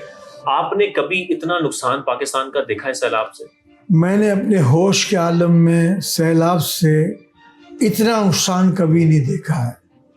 इसके बाद सैलाब का नुकसान 2010 वाला था और एक शदीद तरीन नुकसान ज़लज़ले वाला था। 2005 था, सर्दी थी, लेकिन अल्लाह ज़लज़ले की खबर मिलने के बाद जो पहली फ़्लाइट अवेलेबल हुई उसमें मैं चला गया और पूरा रमज़ान वहीं रहा सर्दियों में। और रोज़ाना हर जो पूरी दुनिया से लोग आए हुए थे उनमें मुसलमानों को सहरी और इफ्तारी हम कराते थे, बाकी सब लोगों को खाने पीने की चीज़ें प्रोवाइड करते थे। तो अल्हम्दुलिल्लाह उस वक्त से ये चल रहा है सिलसिला। 2010 में बड़ी मेहनत की, लेकिन इस वक्त जो तूफ़ान आया है, सैलाब आया है, बारिशें शदीद तौर पर हुई हैं, इतना नुकसान पहले मैंने अपनी कभी ज़िंदगी में नहीं देखा है। सर, इस सारे नुकसान में हम देख रहे हैं अल मुस्तफ़ा वेलफेयर खास तौर पर कोशिश कर रहा है, क्योंकि अभी हम जब जिक्र करते हैं रोजाना की बुनियाद पर हमारे प्रोग्राम में जिक्र होता है, ये वो सैलाब मुतासरीन है जहाँ पर अब इतना पानी है कि खुराक पहुंचाना अब मुमकिन ही नहीं है। अगर खुराक पहुंचा दी जाए तो वो पका नहीं सकते, उनको पका पकाया खाना देना है, उनको शेल्टर देना है, उनको अद्वियात देनी है, बीमारियां जन्म ले रही हैं। ऐसे में अल मुस्तफ़ा की टीम्स किस मैकेनिज्म के तहत काम कर रही हैं इस वक्त? दरअसल अल मुस्तफ़ा की ब्रांचें पूरे पाकिस्तान के चारों सूबों, आज़ाद कश्मीर और गिलगित बल्तिस्तान में पहले से मौजूद, इसलिए हमारे लोग हमसे पूछते हैं कि हमारे ज़िम्मे क्या काम है। हम उनको 3-4 ऑप्शन देते हैं कि देखो ये पैसे आ रहे हैं, ये निकालो, अगर वहीं से चीज़ खरीद कर पका के खिला सकते हो तो पहले तब। फिर दवाओं की इनको फहरिस्त जाती है व्हाट्सएप पर कि ये दवाएं जो जो मिल जाती है वो ले लें, वरना करीब तरीन ज़िले हेडक्वार्टर से दवाएं लें और लोगों का इलाज मुआवजा भी करें। फिर ये कि शेड हमने तो 5000 का जब शामियाना था जब ख़रीदना शुरू किया था, अल्लाह हमें अब 15,000 हम तौबा की भी तौफीक दे, हिदायत भी थे कि 15,000 पर पहुँच गया। ये कोरोना वायरस के दौरान जो आता था मास्क कितना सस्ता था, 10 वाला 80 100 पे पहुँच गया, 100 तक पहुँच गया। ये सैनिटाइज़र लो क्वालिटी के बनकर महंगे बिकने लगे। देखिए अल्लाह ताला अगर आपकी नीयत साफ़ होगी तो आपको भूखा नहीं मारेगा। पत्थर के नीचे जो कीड़ा है अल्लाह उसको रिस्क पहुंचाता है, तो आप भूखे नहीं मरेंगे। लेकिन ऐसे मौके पर ऐसा नहीं करना चाहिए। लिहाजा जैसे मैं इस बात को समझाने के लिए कह रहा हूँ कि हमारे जो मेरे जो बेटे हैं अहमद रज़ा तैयब, इस वक्त जो दादू, जोही, सहवन और खैरपुर नाथन शाह के इलाके में 3-4 दिन के लिए सब चीज़ें अरेंज करके गए, खुद अभी वहीं पर मौजूद आपके साथ, खुद अभी मौजूद हैं अहमद रज़ा साहब। इसलिए कि प्रैक्टिकली ये काम करना, फील्ड में लाना है। अगर आप ट्रेनिंग ग्राउंड रियलिटीज़ का, डिफ़िकल्टीज़ का, सब चीज़ों का पता चले। एक टीम जो है हमारी ओकाड़ा से शिकारपुर के लिए रवाना हुई है। अच्छा। वो शिकारपुर और सखर से उनको मेडिकल टीम ज्वाइन कर लेगी। अच्छा। शिकारपुर में खुश्क इलाका भी है, तो शिकारपुर से सामान खरीद कर पका कर वो वहाँ पर तकसीम करेंगे। और ये टीम्स से मुराद आपकी है कि उसमें डॉक्टर्स भी हैं, उसमें पैरामेडिक स्टाफ के लोग भी हैं, खाना पकाने वाले लोग भी हैं, वर्कर, सामान उठाना, सामान रखना, सामान उतारना। नाजरीन के सामने हाजी मोहम्मद हनीफ तैयब साहब, सर बेहद शुक्रिया। अल्लाह आपको खुश रखे, अल्लाह खुश। So good to see Hanif uncle also, और इनसे देखकर, इनको इनकी बातें सुनकर शाहजेब, बाकी में आपको तो कितना अच्छा लग रहा होगा मिलकर, और कितना पता और चला जिस तरीके से वो इंसानियत की खिदमत कर रहे हैं और उनकी तमाम टीम्स मुख्तलिफ शहरों में कोशिश कर रही हैं। उम्मीद करते हैं कि ख़ास तौर पर जिस तरीके से वो काम कर रहे हैं, एक तो अल्लाह उनको अपने हिफ्ज़ व अमान में रखे और साथ में उनकी मदद भी करे, और ख़ास तौर पर आप लोग भी जितनी कोशिश कर सकते हैं वो ज़रूर करें ताकि अल मुस्तफ़ा जो वेलफेयर है वो अपनी जो काविशें कर रहा है उसमें उनको मदद मिल सके। खैर आगे बढ़ेंगे और अगले सेगमेंट में आया शामिल करेंगे डायबिटीज़ के हवाले से। डायबिटीज़ के हवाले से अच्छा, हमारे घर में बड़ों में हैं बहुत सारे लोग जिनको डायबिटीज़ है, डिफरेंट टाइप्स की भी है, और लेकिन पहले होता था शाहजेब के बुजुर्गों को ही होता था, अब तो यंग लोगों को भी डायबिटीज होने लगा है। मुझे याद है जब मेरा वेट ज्यादा था और उस वक्त जब मैं डॉक्टर के पास चेकअप के लिए गई तो उन्होंने कहा देखें अब आप ना बॉर्डर लाइन डायबिटीज में आ गई है, आपने जो है ना वजन कम करना आपकी हेल्थ के लिए बहुत जरूरी हो गया। तो people who are overweight also, उनके लिए भी होता है। जो लोग ओवरवेट नहीं होते, जिनकी लाइफ में स्ट्रेस ज्यादा होता है, उनको भी डायबिटीज होने का बड़ा खतरा होता है। बिल्कुल, मैं इस चीज से इसलिए वाकिफ हूँ कि मेरे वालिद साहब अभी इंसुलिन पे, उनको डायबिटिक पेशेंट है, तो मैंने देखता रहा हूँ कि किस तरीके से डायबिटीज ने उनको डैमेज किया खासतौर पर। तो इसमें इससे बचना बहुत जरूरी है, लेकिन अब किस तरीके से बचा जाए, क्या खाया जाए, हम एक तहकीक की आज बात करेंगे। एक नई तहकीक सामने आई है और तालवी माहिरीन के मुताबिक, वैसे तो दूध दही के बहुत सारे फवाइद बताए जाते हैं, लेकिन वो ये बता रहे हैं कि अगर आप रोजाना की बुनियाद पर एटलीस्ट यूज करते रहते हैं दही और पनीर, तो आप डायबिटीज से बच सकते हैं। ये वाकई अगर ये सच है तो ये बहुत अच्छी बात है। और दही कौन सा वाला दही, देखें एक ये भी होता है कि आप, अच्छा हम तो पैक वाला दही इस्तेमाल नहीं करते, खुला दही यूज करते हैं। जब से मैंने डाइट स्टार्ट की है तो वो मैं शाहजेब को भी बोलती रहती हूँ कि दही यूज करें बगैर भलाई के। अब जाहिर डॉक्टर सहर चावला आएंगी तो उन्हीं से पूछेंगे, बिकॉज वो ज्यादा बेहतर तरीके से गाइड कर सकती हैं। जब वो आती हैं तो एक नहीं पता नहीं कितनी चीजें हो कि हमारी जो है ना नॉलेज में इजाफा होता है। हमारे साथ बराह रास्त मौजूद है हमारी माहिर ग़िज़ायात डॉक्टर सहर चावला। कैसी हैं आप सहर जावेद चावला साहब? ठीक है डॉक्टर साहबा? मैं ठीक ठाक, अस्सलाम वालेकुम। आप दोनों कैसे आए हो? आप लोग ठीक ठाक हैं? अल्लाह के शुक्र, ठीक ठाक। डॉक्टर साहब सबसे पहले तो ये बताइएगा, ये जो तहकीक सामने आई है, क्या वाकई दूध, दही और पनीर के इस्तेमाल से डायबिटीज से बचा जा सकता है? अच्छा, दही और पनीर का जिक्र क्यों किया गया है पहले मैं ये बताऊंगी। दूध पे मैं सेपरेटली बात करूंगी, इट इज स्लाइटली कंट्रोवर्शियल, ठीक है। दही और पनीर आपके पास है क्या जब आपके पास डेयरी की फर्मेंटेशन हो गई है। जब फर्मेंटेशन होती है लाइफ कल्चर्स के थ्रू, ये ग्रीक योगर्ट क्या होता है, प्रोबायोटिक क्या होता है, वो एक प्रोबायोटिक क्रिएट करता है। जो डायबिटिक्स होते हैं, इवन के जो ओबीज भी होते हैं, उनके जो गट का बैक्टीरिया का रेशो होता है, जो कि इंसुलिन सेंसिटिविटी, जो कि डायबिटिक्स का मेन इशू है जिसको एड्रेस करता है, वो डिस्टर्ब्ड होता है। बैक्टीरियोइड्स और फर्मिक्यूट्स का मैं ये बात बगैर रीजन के नहीं करी, मैं आगे बताती हूँ। एक खास रेशो होना चाहिए जो आपकी इंसुलिन सेंसिटिविटी डिटरमिन करता है। डायबिटिक्स में क्योंकि गट बैक्टीरिया डिस्टर्ब होता है, बैक्टीरियोइड ज्यादा होता है, वो इंसुलिन रेजिस्टेंट होते हैं। अगर उनको प्रोबायोटिक दिया जाए, उनकी गट हेल्थ अच्छी हो, उनकी इंसुलिन सेंसिटिविटी बढ़ती है। दही भी प्रोबायोटिक है। अब मैं आगे बात करती हूँ, पनीर भी प्रोबायोटिक है आपके पास। यहाँ पर मैं आपके पास प्रोसेस्ड चीज की बात नहीं कर रही हूँ, मैं मोज़रेला चीज और जो पिज्जा में चीज वगैरह यूज होती है इसकी नहीं, मैं यहाँ पर कॉटेज चीज की बात कर रही हूँ। जो घर में आप पनीर निकालते हैं उसकी बात कर रही हूँ। जबरदस्त है, ये कमाल किस्म का प्रोबायोटिक है। दही अगर आपने लेना है, या तो आप घर में दही खुद निकालें, या फिर आप ग्रीक योगर्ट लें जिसमें कार्बोहाइड्रेट भी कम होता है, प्रोटीन भी ज्यादा होती है और लाइफ कल्चर भी होते हैं। दूध एक कंट्रोवर्शियल टॉपिक है। मैं अपने डायबिटीज के पेशेंट्स को दूध, एनिमल डेयरी रिकमेंड नहीं करती। क्यों? इससे नहीं कि दूध कोई बुरी चीज है। 65% ऑफ एशियन पॉपुलेशन आपके पास लैक्टोज इंटॉलरेंट है, यानी जो दूध में कार्बोहाइड्रेट है उसको डाइजेस्ट नहीं करती। मैं यहाँ पे नाज़रीन को बताती चलूं कि 5 साल की उम्र तक लैक्टोज को डाइजेस्ट करने वाला जो एंजाइम है लैक्टेज, वो हमारी आंतों में वाफिर मिकदार में मौजूद होता है। 5 साल की उम्र के बाद वो कम होना शुरू हो जाता है, इसलिए अक्सर लोगों को दूध नहीं हजम होता और एशियंस में ये टेंडेंसी ज्यादा होती है। अगर आप दूध की ग़िज़ाइयत से अदरवाइज फायदा उठाएंगे भी तो आपको कंफर्ट करने के चांसेस ज्यादा होते हैं। और दूसरी, वो डायबिटिक्स जिनको लीकी गट का इशू होता है, जिनका गट माइक्रोबायोटा डिस्टर्ब होता है, उनको दूध की प्रोटीन केजीन से भी एलर्जी के चांसेस होते हैं। There is a high chance कि दूध के कंजम्पशन से मोस्टली डायबिटिक्स डिस्टर्ब हो सकते हैं। 10 to 15% of the cases can be of those people जो डिस्टर्ब ना हो। एक और रीजन मैं दूध क्यों नहीं रिकमेंड करती डायबिटीज के पेशेंट्स को, हमने डायबिटीज के जो पेशेंट्स हैं उनमें इंसुलिन सेंसिटिविटी बढ़ानी होती है। उसके लिए मैं अपने पेशेंट्स को इंटरमिटेंट फास्टिंग पे रखती हूँ, उनको स्नैक्स भी कम देती हूँ। अब आपने कार्बोहाइड्रेट और फैट जो है उसको बैलेंस करना होता है। कार्बोहाइड्रेट कॉम्प्लेक्स आपको देना होता है, फाइबर देना पड़ता है, दलिए देने पड़ते हैं, रोटियां देनी पड़ती हैं।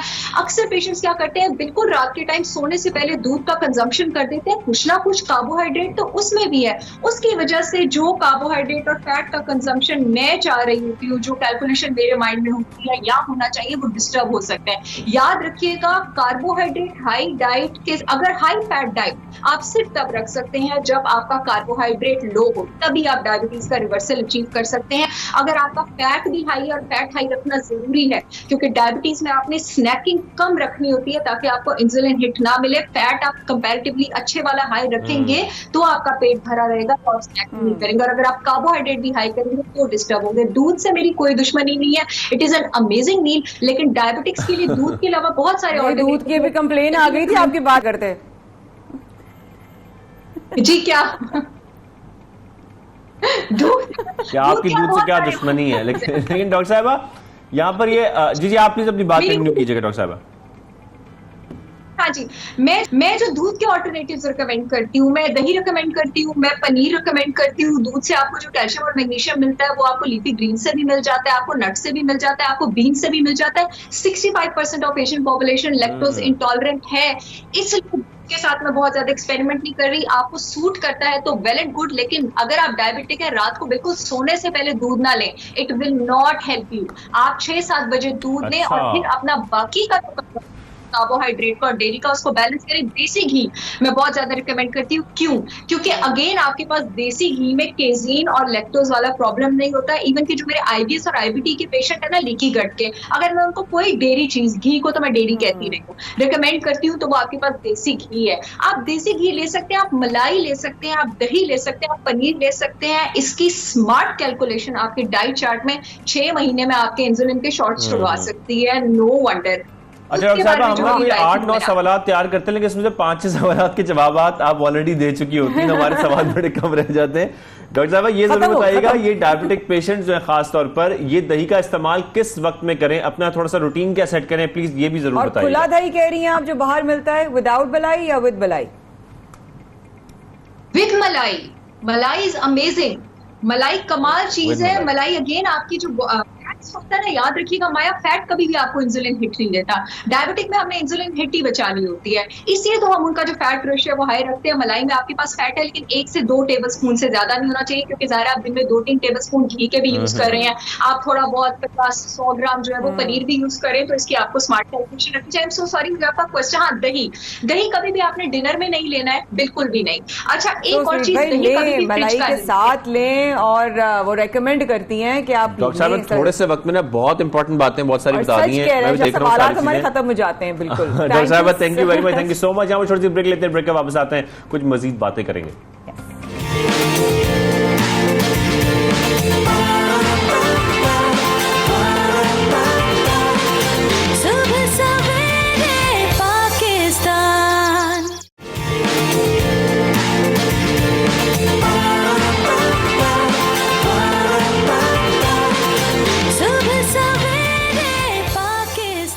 जनाब, आज हमारे स्टूडियोज में मौजूद हैं, मुख्तलिफ लोगों से आपकी मुलाकात करवाते हैं जो हमारे 92 के स्टूडियोज में आते हैं, कभी ज़िंदगी के मराहिल से जीतते हुए, कभी ज़िंदगी मराहिल से लड़ते हुए, और कभी अपनी बातें या कहानी शेयर करते हुए। यूँ कहिए कि अपनी कहानी शायद शेयर करना आसान नहीं होता किसी भी इंसान के लिए, चाहे वो सक्सेस हो, फेलियर्स हो, लेकिन कहानी तो वही होती है जिसमें फेलियर्स हो। वरना खाली अगर अच्छा रहा तो फिर कहानी क्या हुई, फिर तो खाली फैंटेसी हो गई। बिल्कुल, और इसके हलाल कमाना बड़ा मुश्किल काम है, इसलिए हम खवातीन का अक्सर जिक्र कर रहे होते हैं अपने प्रोग्राम में, जो कोशिश कर रही हैं आगे बढ़ने की, अपनी फैमिली को सपोर्ट करने की। बिल्कुल ऐसा ही है, और इनके बारे में सोशल मीडिया पे बड़ा चर्चा भी है। इन दिनों कराची की एक और खातून जो हमारे साथ मौजूद है, इनकी वीडियो वायरल हो रही है, और इनका आगे अगर हम चलें तो खुद को 2 बच्चों के साथ बड़ा ही मुनफरिद फूड जो है वो पता नहीं जो इस तरह से फरोख्त कर रही हैं, कैसे कर रही हैं, क्या इनकी कहानी है, क्या माजरा है। आज हमारे साथ मौजूद हैं अपने बेटे के साथ साबरा और उनके बेटे। अस्सलाम वालेकुम, कैसे हैं आप? अल्हम्दुलिल्लाह बिल्कुल ठीक ठाक, खैरियत से हैं? आपके बेटे का नाम क्या है? मुजम्मिल और साबरा साहिबा। सबसे पहले तो अपनी स्टोरी बताएं, ये खाना किस किस्म का है, क्या है, और ये क्यों फरोख्त करना पड़ा आपको? अच्छा देखें, सबसे पहले ये लास्ट वाले सवाल का आपको जवाब देती हूँ कि ये फरोख्त क्यों करना पड़ा।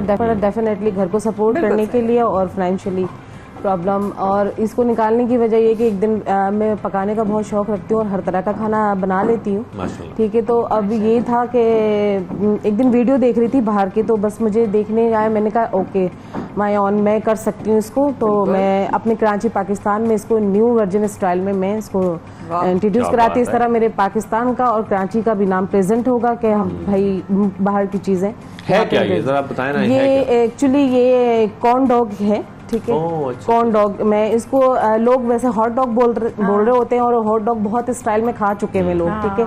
ये मैंने समझ लें कॉर्न डॉग, मैंने इसको नाम भी दिया और न्यू लॉन्चिंग की है कराची पाकिस्तान के अंदर मैंने, ठीक है। इससे पहले कहीं पे भी ना तो ये फरोख्त होता रहा है ना ये बना है। इतने बड़े बड़े रेस्टोरेंट्स हैं, इतने बड़े फूड स्ट्रीट हैं, कहीं पे भी ये फूड स्ट्रीट में नहीं है। वेरी नाइस, डेफिनेटली मैंने नया, तो माशाल्लाह आपकी वीडियो काफी वायरल हो रही है, हमें खबर मिली है। कैसे हुई, क्या माजरा था, मुझे तो नहीं पता था, मुझे नहीं पता था कि इतनी वायरलिंग हो जाएगी या मतलब इतनी मशहूर हो जाऊंगी, मुझे नहीं पता, I have no idea.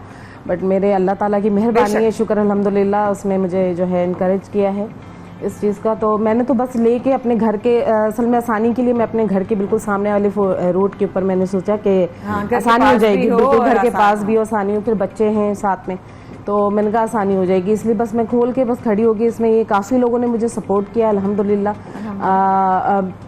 Mustafa Hanif भाई हैं, उन्होंने मुझे जो है काफ़ी सपोर्ट किया है माशाल्लाह से। और इसके अलावा इसको खोलने के से पहले मैंने इसको इंट्रोड्यूस कराया अपने घर और अपने मोहल्ले में। तो घर और मोहल्ले में मोहल्ले में तो डेफिनेटली वहाँ से मुझे इतना पुशअप मिला कि उन्होंने कहा कि भाई साबरा बाजी आप इसको लेके बस ऑन द वे चली जाएं, बस आप लेके चली जाएं। साबरा ये जरूर बताइएगा, ऑन द वे आप ले तो गई उसको, लेकिन उसके बाद जाने के बाद आपको अंदाजा होता है खवातीन के लिए बड़े चैलेंजेस होते हैं, खासतौर पर जब आप कोई कार्ट हो या कोई भी आपकी जगह हो जहाँ पर आप काम कर रहे हो।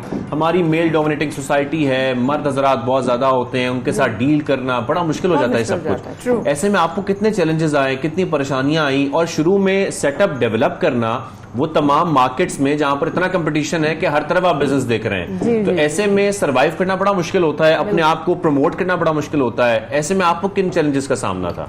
सच बताऊं तो डेफिनेटली मैं फुल कॉन्फिडेंट हूँ अपने अंदर से। मैं बहुत टाइम से स्ट्रगल कर रही हूँ इस लाइन में। मैं पहले बेसिकली खाना भी बेच चुकी हूँ और बिल्कुल बाजारों में। मेरा पीटीवी पे प्रोग्राम आया था आज से कोई 5-6 साल पहले, सुबह 9 का प्रोग्राम उनका जो होता है मॉर्निंग शो, उसमें आया था। तो मैं उस वक्त बाजारों में खाना सेल करती थी, अपने घर से खाना बना के लेके जाती थी और बाजार में। तो मतलब आप खाने से आपका बड़ा पुराना ताल्लुक है? बहुत पुराना। हमारे बेसिकली हम लोग बिहारी हैं। हमारे घर में लड़कियों को जो है ना, क्या कह दिया आपने?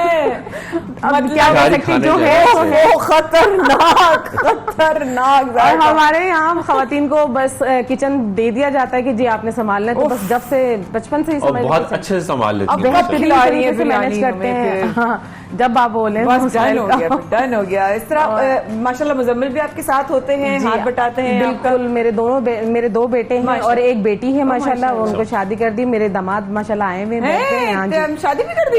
अरे भाई वाह, जल्दी 2 महीने पहले 2-3 महीने। हाँ, बस मैंने कहा बेटी है, बच्चियों को जल्दी मतलब मैं कहती हूँ आजकल के हिसाब से कर देना चाहिए।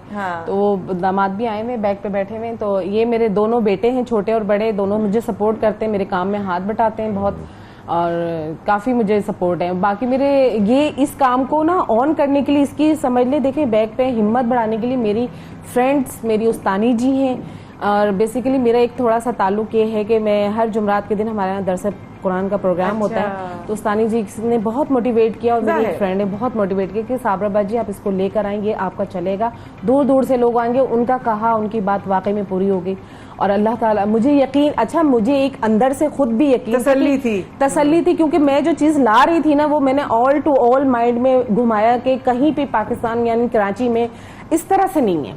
हॉट डॉग खा रहे हैं बहुत सारे लोग सबवे स्टाइल में, बन में, इसमें, बट मैंने जिस तरह से कॉर्न डॉग के हिसाब से दिया है, मैंने इस स्टाइल में नहीं है, उसमें वैरायटी है। चेडर चीज विद मोज़रेला है और देख रहे हैं माशाल्लाह ओनली वो जो हॉट डॉग जिसको जो बर्दाश्त नहीं हो रहा, शायद को मुंह में इतना पानी आ रहा है, सवालात ही नहीं आ रहे ना, चीज गुड रिव्यू मिला। अब ऐसा है कि माशाल्लाह इतना ऑर्डर, इतना वो हो रहा है कि थोड़ा सा मैनेज करना मुझे मुश्किल हो रहा है थोड़ा सा, क्योंकि छोटा है वाला बरकत है, अल्लाह बरकत देने वाला है। मुजम्मिल, आप माशाल्लाह छोटी सी उम्र से, आपकी क्या उम्र है हमसे शेयर करें, और आप अभी से काम में लग रहे हैं जो अपना एक कारोबार है। अपना कारोबार होना, वैसे भी कारोबार अपना करना सुन्नत है, लेकिन आप इतनी छोटी सी उम्र से कभी सोचा था, और किस तरीके से, कैसा फील करते हैं अम्मा के साथ आप अपनी? माशाल्लाह फील तो मैं बहुत अच्छा कर रहा हूँ, और ये बिजनेस जो भी स्टार्ट किया माशाल्लाह बहुत यूनिक है। और मुझे बहुत अच्छा लग रहा है कि मम्मा ने ये जो कदम उठाया तो मैं बस ये कहना मैं सपोर्ट करता हूँ। अच्छा, लेकिन एक बात है, सॉरी आपको इंटरप्ट किया मैंने, ये आजकल की जो नौजवान नस्ल है, खासतौर पर आप लोग की जनरेशन जो है, ये सोशल मीडिया पे बड़ी एक्टिव है। बिल्कुल नौजवान नस्ल जो है ये बड़ी एक्टिव है सोशल मीडिया पे, और यूट्यूब हो, मुख्तलिफ प्लेटफॉर्म्स हैं। आप कोशिश करते हैं अपने बिजनेस को थोड़ा सा प्रमोट करने के लिए इन प्लेटफॉर्म्स का इस्तेमाल अच्छे से करें, क्योंकि वालदा तो आपकी ऑलरेडी बहुत अच्छा काम कर रही हैं, तो आप इस साइड पे जरा मार्केटिंग पे ध्यान दें जरा ज्यादा। ऐसा कर रहे हैं आप? जी, बहुत अच्छी बात। हमारा वैसे हमने ये जैसे काम स्टार्ट हुआ था, इसका पेज भी बनाया हमने स्नैक्स टू नाइट के नाम से।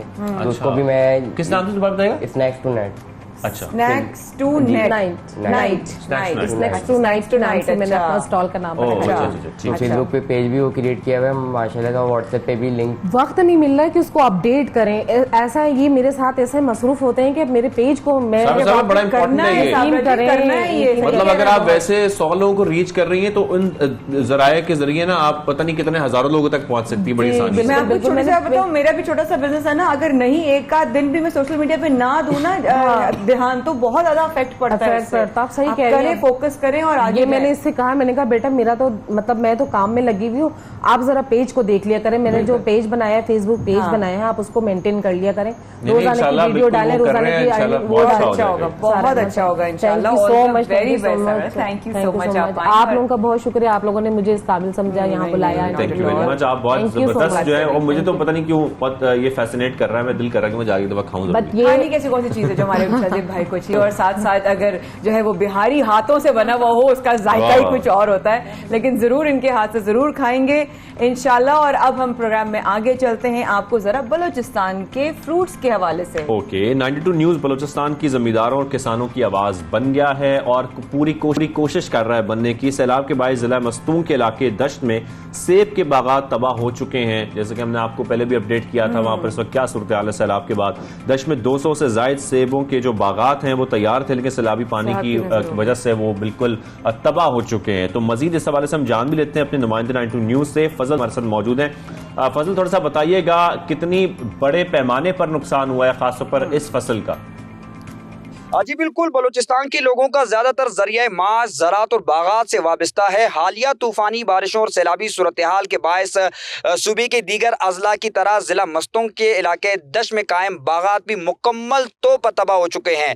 मैं इस वक्त दश के उस बाग में मौजूद हूँ। सूरत हाल पहले बाग की दिखा सकूँ कि यहाँ पर इस दरख्त से आप अंदाज़ा लगा सकते हैं कि यहाँ पर 15 फुट तक पानी जो है इस दरख्त तक पहुँचा है, और इस दरख्त जो है वो मुकम्मल तौर पर तबाह हो चुकी है, और दरख्त पर लदे सेब जो है वो इस वक्त बिल्कुल खाने के काबिल नहीं है।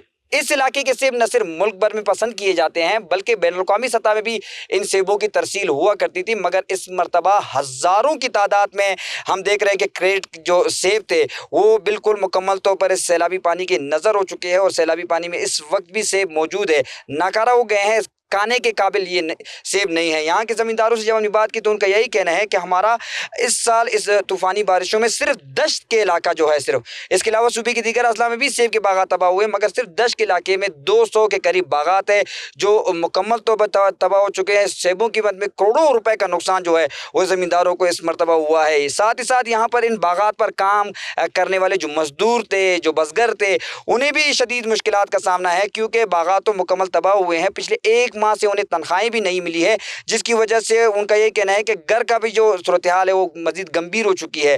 लिहाजा जहाँ तक इंतज़ामिया की बात है, डिप्टी कमिश्नर, असिस्टेंट कमिश्नर ने अब तक ये जहमत तक नहीं की कि इस इलाके में इन बागात में आए, यहाँ पर सर्वे तो करें कि किस कदर यहाँ पर बागात जो है वो तबाह हुए हैं। न सिर्फ यहाँ पर बागात की सूरत हाल इसी तरह है कि इस वक्त भी 5 फुट से 7 फुट तक जो है पानी बागात में खड़ा है, बल्कि जो अतराफ पर घर है वो भी मुकम्मल तौर पर तबाह हो चुके हैं। वहाँ पर भी लोगों को शदीद मुश्किलात का सामना है।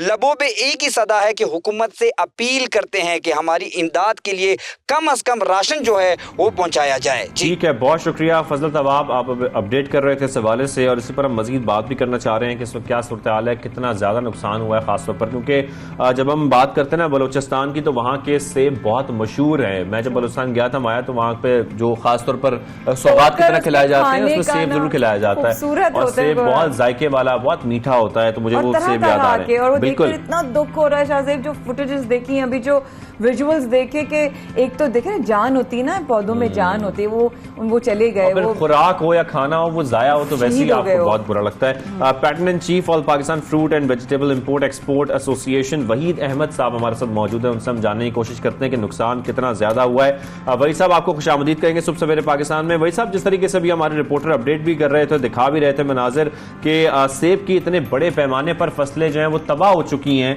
क्या मुल्क में सेब की किल्लत पैदा हो सकती है, या किल्लत ना भी हो तो ये नुकसान कितना बड़ा है, जरा प्लीज बताइएगा।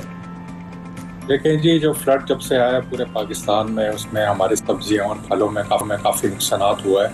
जो खासकर अभी आप सेब की जो बात कर रहे हैं, इसके अंदर जो अभी तक हमें जो रिपोर्ट हुआ है वो 20 से 25% हुए एप्पल प्रोडक्शन को, मगर ये कि हमारे पास 70% है, मगर मैं इसको पूरा एग्जैक्टली नहीं बता सकता कितना नुकसान हुआ, मगर ये कि हमें जो बताया जा रहा है कोई 20% कह रहा है, कोई 25% कह रहा है, मगर जब तक हुकूमत की तरफ से फिगर नहीं आ जाए तो हम उसको नहीं कह सकते कि कितना, मगर एक इतनी बड़ी क्रॉप डैमेज नहीं हुई है अभी तक है, इसलिए कि जो अभी जो सीज़न स्टार्ट होगा काला कुल्लू का जो एप्पल की वैरायटी है वो सितंबर एंड से होगा, और उसकी जो है प्रोडक्शन ठीक ठाक है इस साल, तो हमें ज़रूरत नहीं कहीं से मंगाने की भी, और हमारे लोकली मौजूद है एप्पल, और इंशाल्लाह ताला मुझे उम्मीद है कि ये फ्लड का जैसे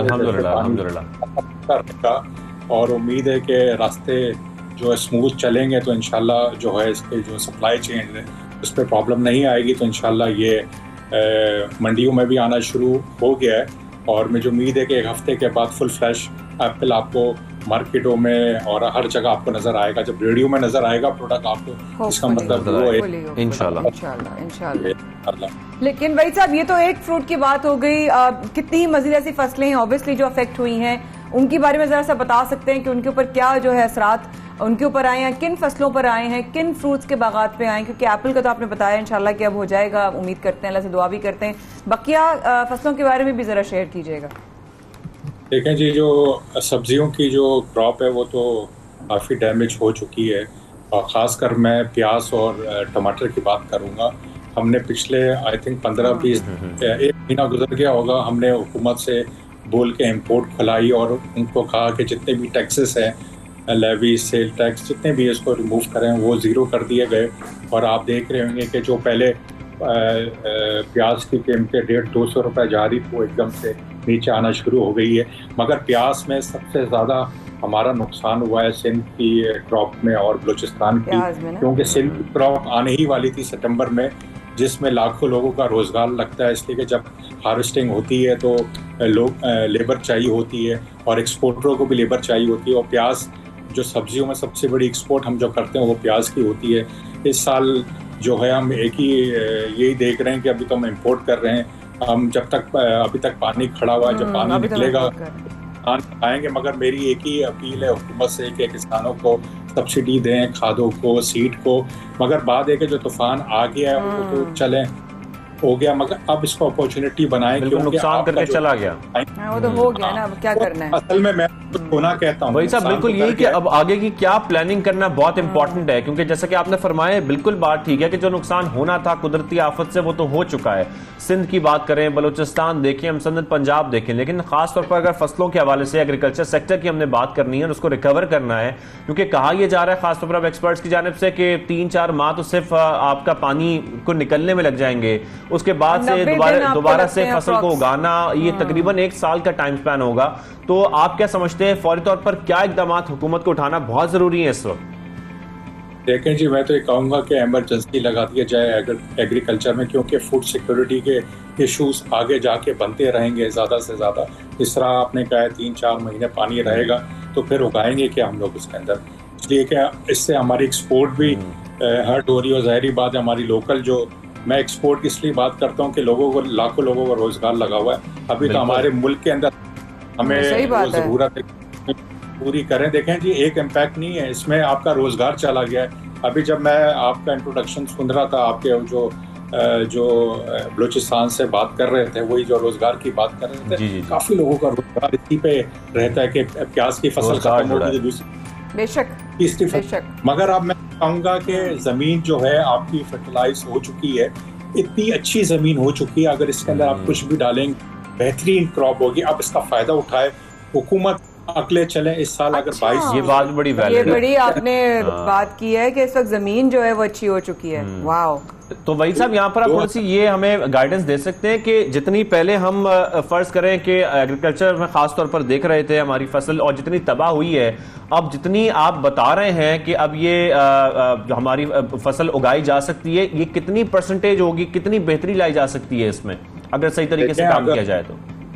अगर हुकूमत सीरियस से प्रोविंस और फेडरल, तो मैं कहता हूँ स्टेक होल्डर, ग्रोवर हो गया, ट्रेडर हो गया, एक्सपोर्टर, मिलकर अगर एक स्ट्रेटजी इस काम में करें, तो मैं कहता हूँ जो क्रॉप 2023 में आएगी उसका बम्पर क्रॉप हो सकती है। हम अपने मुल्क में भी लोगों को खिला सकते हैं और यहाँ तक कि हम उसको एक्सपोर्ट भी कर सकते हैं और फॉरेन एक्सचेंज भी ला सकते हैं, जो हमने 22 में कर दिए 23 के। मगर बात ये कि प्लानिंग हमें कहीं नज़र नहीं आ रही, क्या हो रहा है, सब अपनी जो सियासत में लगे हुए हैं, कोई क्या कर रहा है, कोई दौरे कर रहा है, कोई हमारे मुल्क में जो है यहाँ।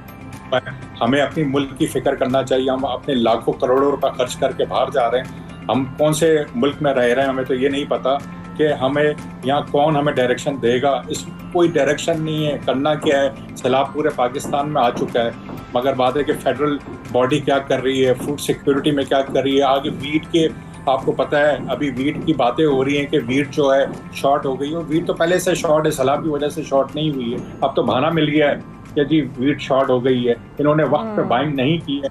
हमने हुकूमत को आज से 2 महीने पहले प्रपोजल दिया था कि हम रशिया से ट्रेड करते थे, कि अब हम ट्रेड नहीं कर सकते रशिया से, वरना हमने हुकूमत को कहा कि आप हमारे पास बम्पर क्रॉप है आलू की, कम से कम हमारे पास 2 मिलियन मेट्रिक टन है, हम ये बार्टर ट्रेड करके रशिया को बेचें और वहाँ से गंदम खरीदें, हमें डॉलर देने की भी जरूरत नहीं है और बार्टर ट्रेड हो जाता।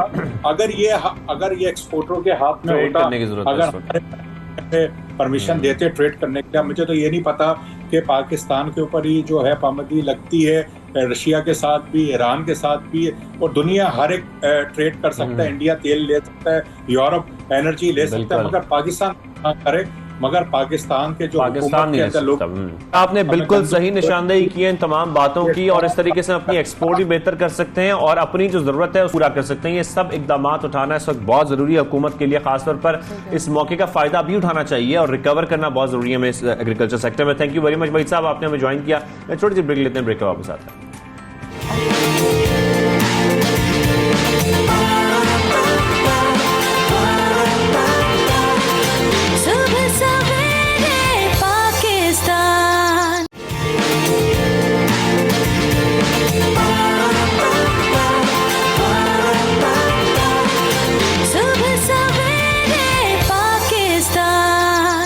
वेलकम बैक, आप देख रहे हैं सबसे पहले पाकिस्तान, माया खान और शाजिम अहमद के साथ। प्रोग्राम में आगे बढ़ेंगे क्योंकि एक बड़ी अहम खबर आ रही है और मैं बहुत अरसे से इस खबर का इंतजार कर रहा था क्योंकि ये बड़ा इंपॉर्टेंट है।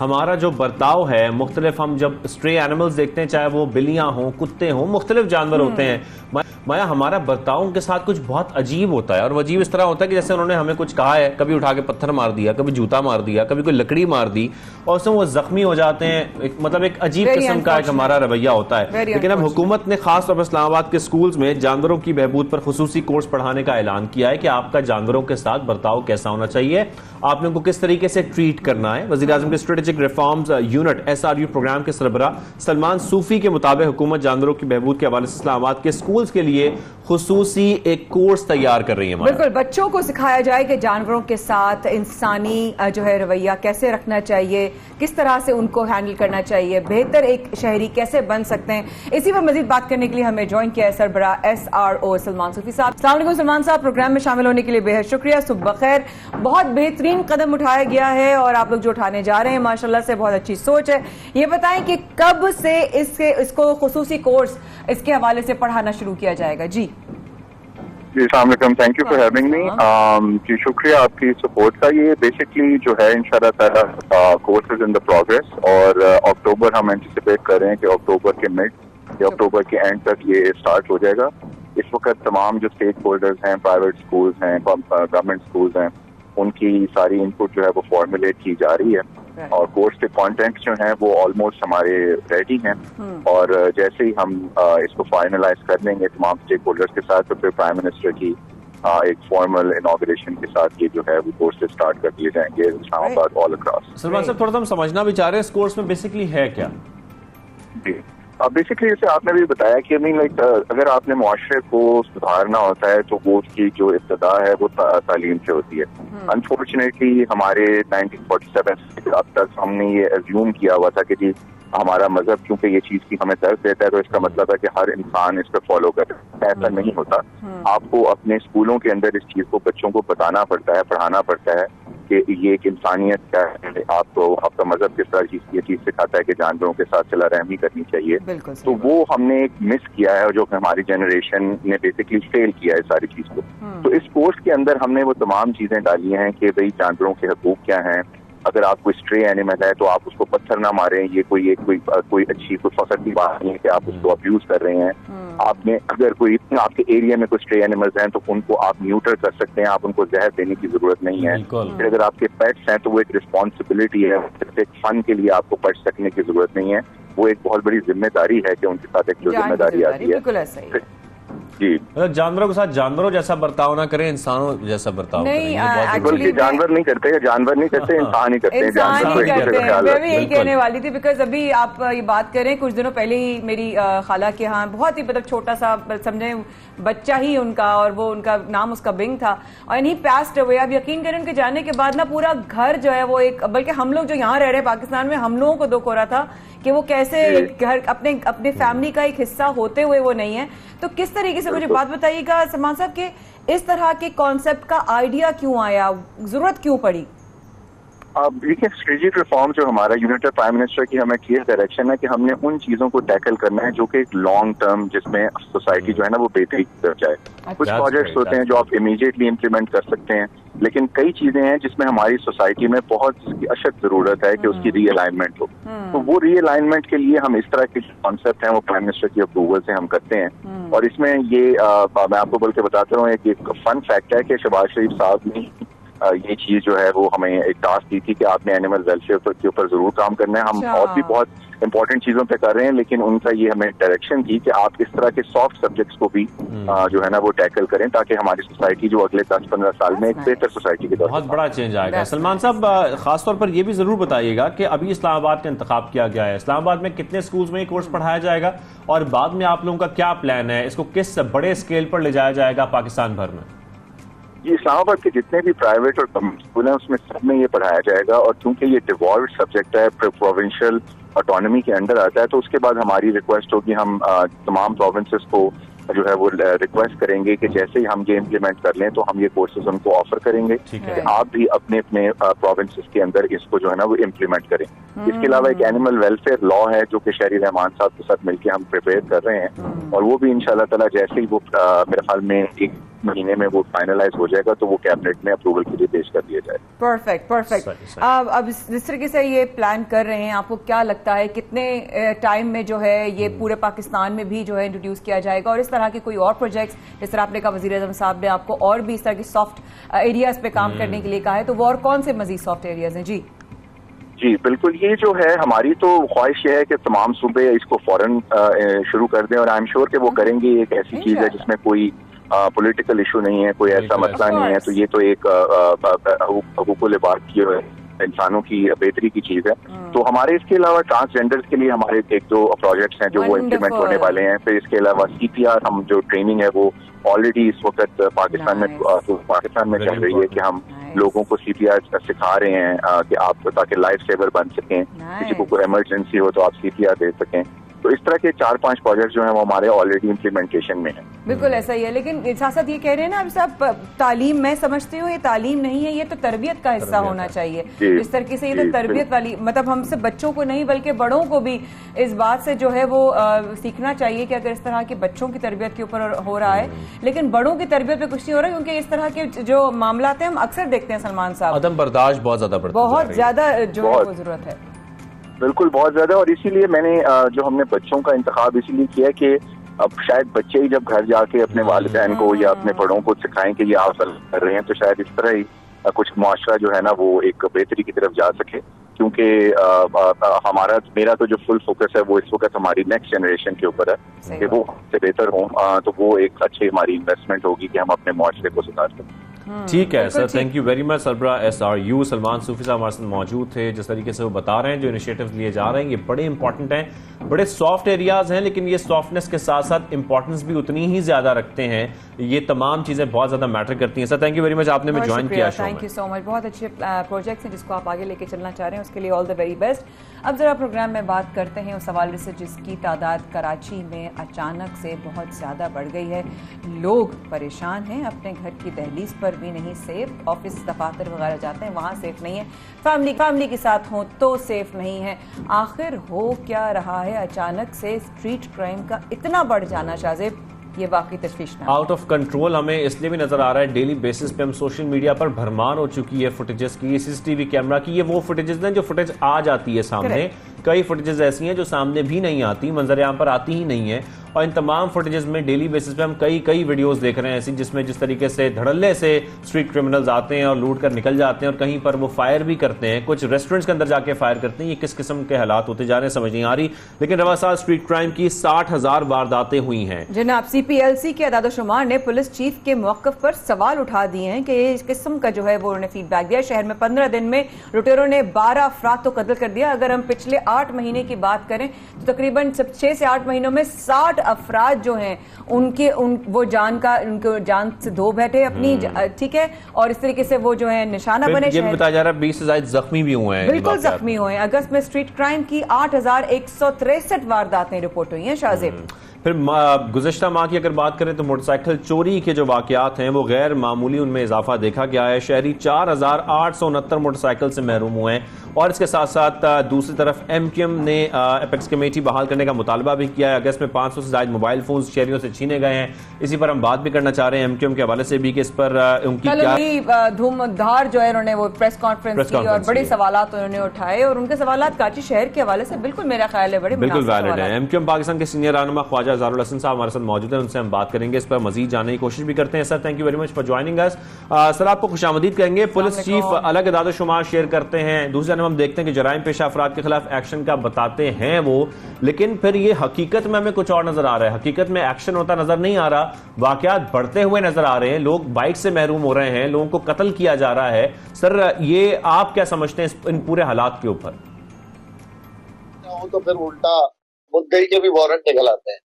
तो पुलिस चीफ जो आदात बता रहे हैं वो रजिस्टर्ड केसेस की बता रहे, रिपोर्टेड केसेस की बता रहे, और जो आदात हमारे पास है वो आप मीडिया के जरिए, सोशल मीडिया के जरिए और आम इंसानों के जरिए हम तक ये मालूमात है कि गुज़िश्ता चंद माह में 700 से ज्यादा लोग स्ट्रीट क्राइम के ऊपर लुक़मा अजल बन गए और 24 घंटों के अंदर 300 वारदातें होती हैं एवरेज।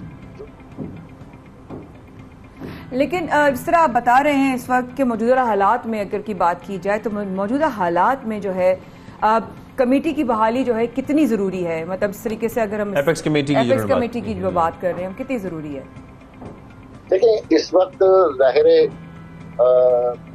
जब पूरे मुल्क में गिरफ्तार है, बलूचिस्तान में सैलाब है, सिंध में भी सैलाब है, बहुत बड़ी तादाद में मुतासरीन भी आ रहे हैं, मुतासरीन की आड़ में बहुत सारे मनफी शरपसंद भी आ रहे हैं, तो कराची में अमन का जो कयाम है वो एक बड़े तकलीफदेह मरहले से कराची में अमन हुआ है। उसमें कानून नाफिज करने वालों इदारों की कुर्बानियों के साथ साथ शहरियों ने बहुत कुर्बानी दी, MQM ने बहुत कुर्बानी दी। तो अब इस अमन को देरपा करने के लिए वही फार्मूला दोबारा अप्लाई करना पड़ेगा, जिसमें रेंजर्स, पुलिस, इंटेलिजेंस के इदारे ये सब एक पॉलिसी बनाएं और एपेक्स कमेटी जो है हर महीने या महीने में 2 बार कराची अमनो अमान की सूरत हाल का जायजा, क्योंकि सिर्फ ये पुलिस के बस में नहीं है, ना ही हमारी पुलिस मकामी है, ना ही हमारी पुलिस ट्रेंड है। और ये जो स्ट्रीट क्रिमिनल है ये तो 5000 के मोबाइल के लिए सेकंड में गोली मार रहे हैं और अब तो इनके चेहरे भी नजर आ रहे हैं। बिल्कुल। लेकिन कोई फेस स्कैनिंग प्रोसेस हमारे यहाँ नहीं है, हमारे पास फॉरेंसिक कोई प्रोसेस नहीं है।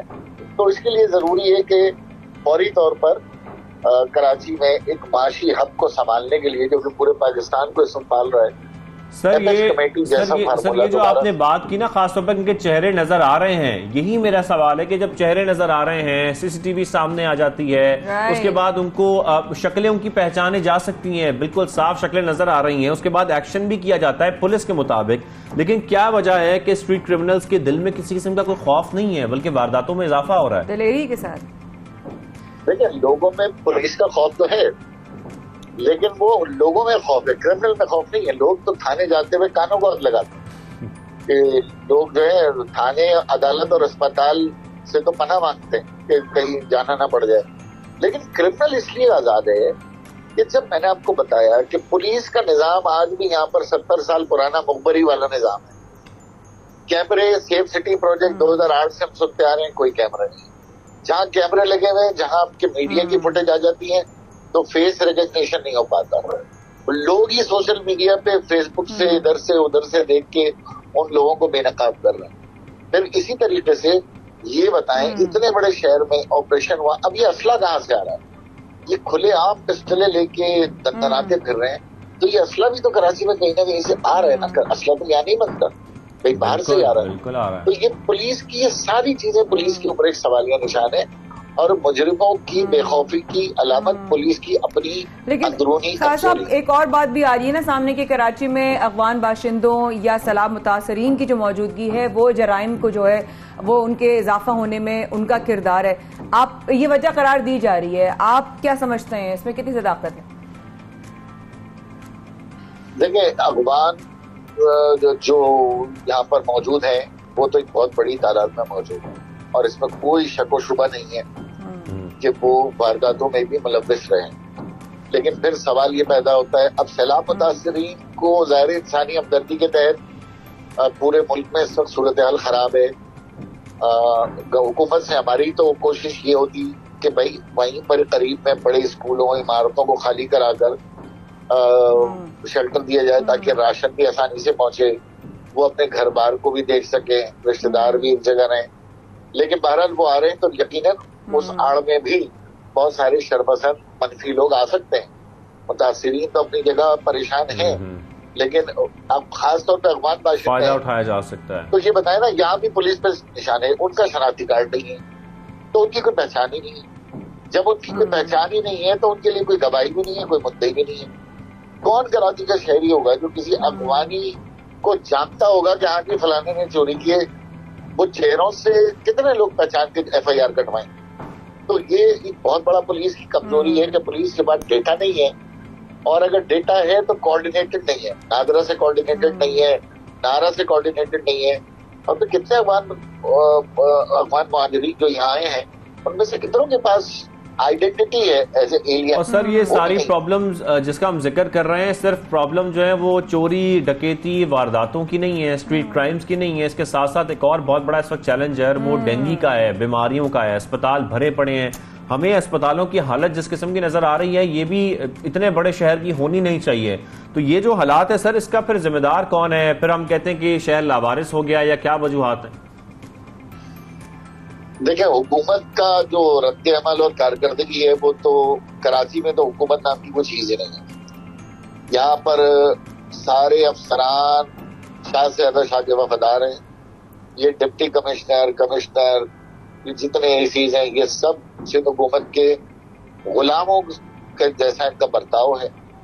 इस शहर की ब्यूरोक्रेसी नहीं है, इस शहर के लोग इस शहर पे निगरान नहीं है, इस शहर में पुलिस शहर की नहीं है, डाकू इस शहर का नहीं है, चोर इस शहर का नहीं है, फकीर इस शहर का नहीं है, और फिर भी ये शहर पूरी दुनिया आके लूट के ले जा रही है। तो ये बात दुरुस्त है कि कराची बिल्कुल लावारिस है। हुकूमत होने के बावजूद कोई अमलदारी हुकूमत की अब जरा बल्दियाती इंतखाबात के भी हवाले से अगर बात कर लें तो उम्मीदवारों ने मुहिम भी चलाई, पैसा भी बड़ा खर्च हुआ। क्या लगता है कि बल्दियाती इंतखाबात के बाद कराची के हालात कुछ बदलेंगे, कुछ तब्दीली आएगी? देखिए, ये सब के सब जो है ना वो धोखा दे रहे हैं अपने आप को भी और अवाम को भी।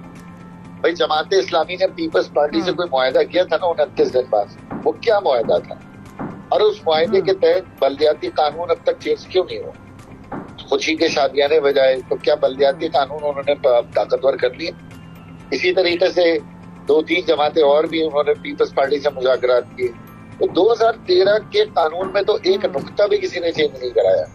ये तो हम हैं जो सुप्रीम कोर्ट का फैसला लेके दरवाजे दरवाजे पे जा रहे हैं और पागलों की तरफ फरमाइश कर रहे हैं कि भाई अदालत ने एक फैसला दिया है, खुदा के लिए इस पे अमल करो, और हमारी अदालतें भी इस पे खामोश हैं। यानी कैसा अजीब निजाम है कि मुल्क की सबसे बड़ी अदालत ने लोकल गवर्नमेंट के ऊपर फैसला दिया है, हम उसकी फोटोकॉपियां कराते हैं और हर एक के दरवाजे पे जा रहे हैं कि भाई इस पे अमल करो, शहबाज शरीफ साहब आप अमल करें, जरदारी साहब आप अमल करें।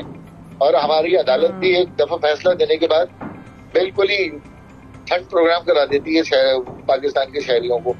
तो मेरी गुजारिश ये है कि जितनी भी जमातें कराची बदलने की बात कर रही हैं वो गलत कर रही हैं। इस निजाम में कराची बिल्कुल बदला नहीं जा सकता। ये निजाम टूटा फूटा और बेख्तियार लगना लूना नहीं। सर, आखिर में बिल्कुल आप जो फरमा रहे हैं वो हालातों में नजर भी आ रहे हैं और जो जिसमें हम देख भी रहे हैं कि बस इंतजार कर रहे हैं, देख क्या रहे हैं। सर, आखिर में बस ये बता दें कि पीपल्स बस सर्विस के रूट पर कई सवालात उठ रहे हैं, हम थोड़ा सा आपसे उस हवाले से भी जानना चाह रहे हैं कि आपका इसके बारे में क्या मौक़िफ़ है? मुझे तो लगता है जल्दी पीपल्स बस सर्विस वाले सारे ड्राइवर हड़ताल पे चले जाएंगे, क्योंकि वो बसें जिस तरह चल रही हैं तो एक महीने में उनके एक्सेल और जॉइंट वगैरह सब बाहर सड़कों पे ही पड़े होंगे, क्योंकि सड़कों का इतना बुरा हाल है कि उसमें मोटरसाइकिल तो चल नहीं सकती है। इतनी बड़ी पीपल्स बस सर्विस चला दी है और उम्मीद है कि मुराद अली शाह साहब कम अज कम इन बसों की हिफाजत के लिए सड़क बना लेंगे। लेकिन उम्मीद नजर नहीं आ रही। सीनियर रहनुमा MKM पाकिस्तान ख्वाजा इज़हारुल हसन साहब हमारे साथ मौजूद थे। कराची के हालात पर बात कर रहे थे, स्पेशली उन्होंने स्ट्रीट क्राइम के हवाले से, बल्दियाती इंतखाबात और दीगर बातें की। मेरा ख्याल है इस वक्त हमें बहुत सारे चैलेंजेस का सामना है, ये कहना गलत नहीं होगा, लेकिन हम उम्मीद ज़रूर कर सकते हैं, हम दुआ ज़रूर कर सकते हैं, हम एहतियात ज़रूर कर सकते हैं। हर चीज़ छोड़कर वैसे ही निकल जाएं, गैर ज़रूरी तौर पर ना निकलें, आस्तीनें फुल पहने, एहतियात करें, बाहर मजमे में ना खड़े हों, शाम में लॉन्स में, मैदानों में, पार्क्स में ना जाएं, और इस तरह की जो डेंगू से जो आपकी एहतियाती तदाबीर हैं उस पर आप जरूर क्योंकि अपनी एहतियात जितनी कर सकते हैं वो कर लें, बाकी तो हम किसी पर रिलाई नहीं कर सकते, बाकी अल्लाह पर रिलाई कर सकते हैं, दुआ कर सकते हैं और अपनी कोशिश कर सकते हैं। मुलाकात होगी इंशाल्लाह आपसे कल, जब तक के लिए मुझे माया खान को इजाजत दीजिए। अल्लाह हाफिज।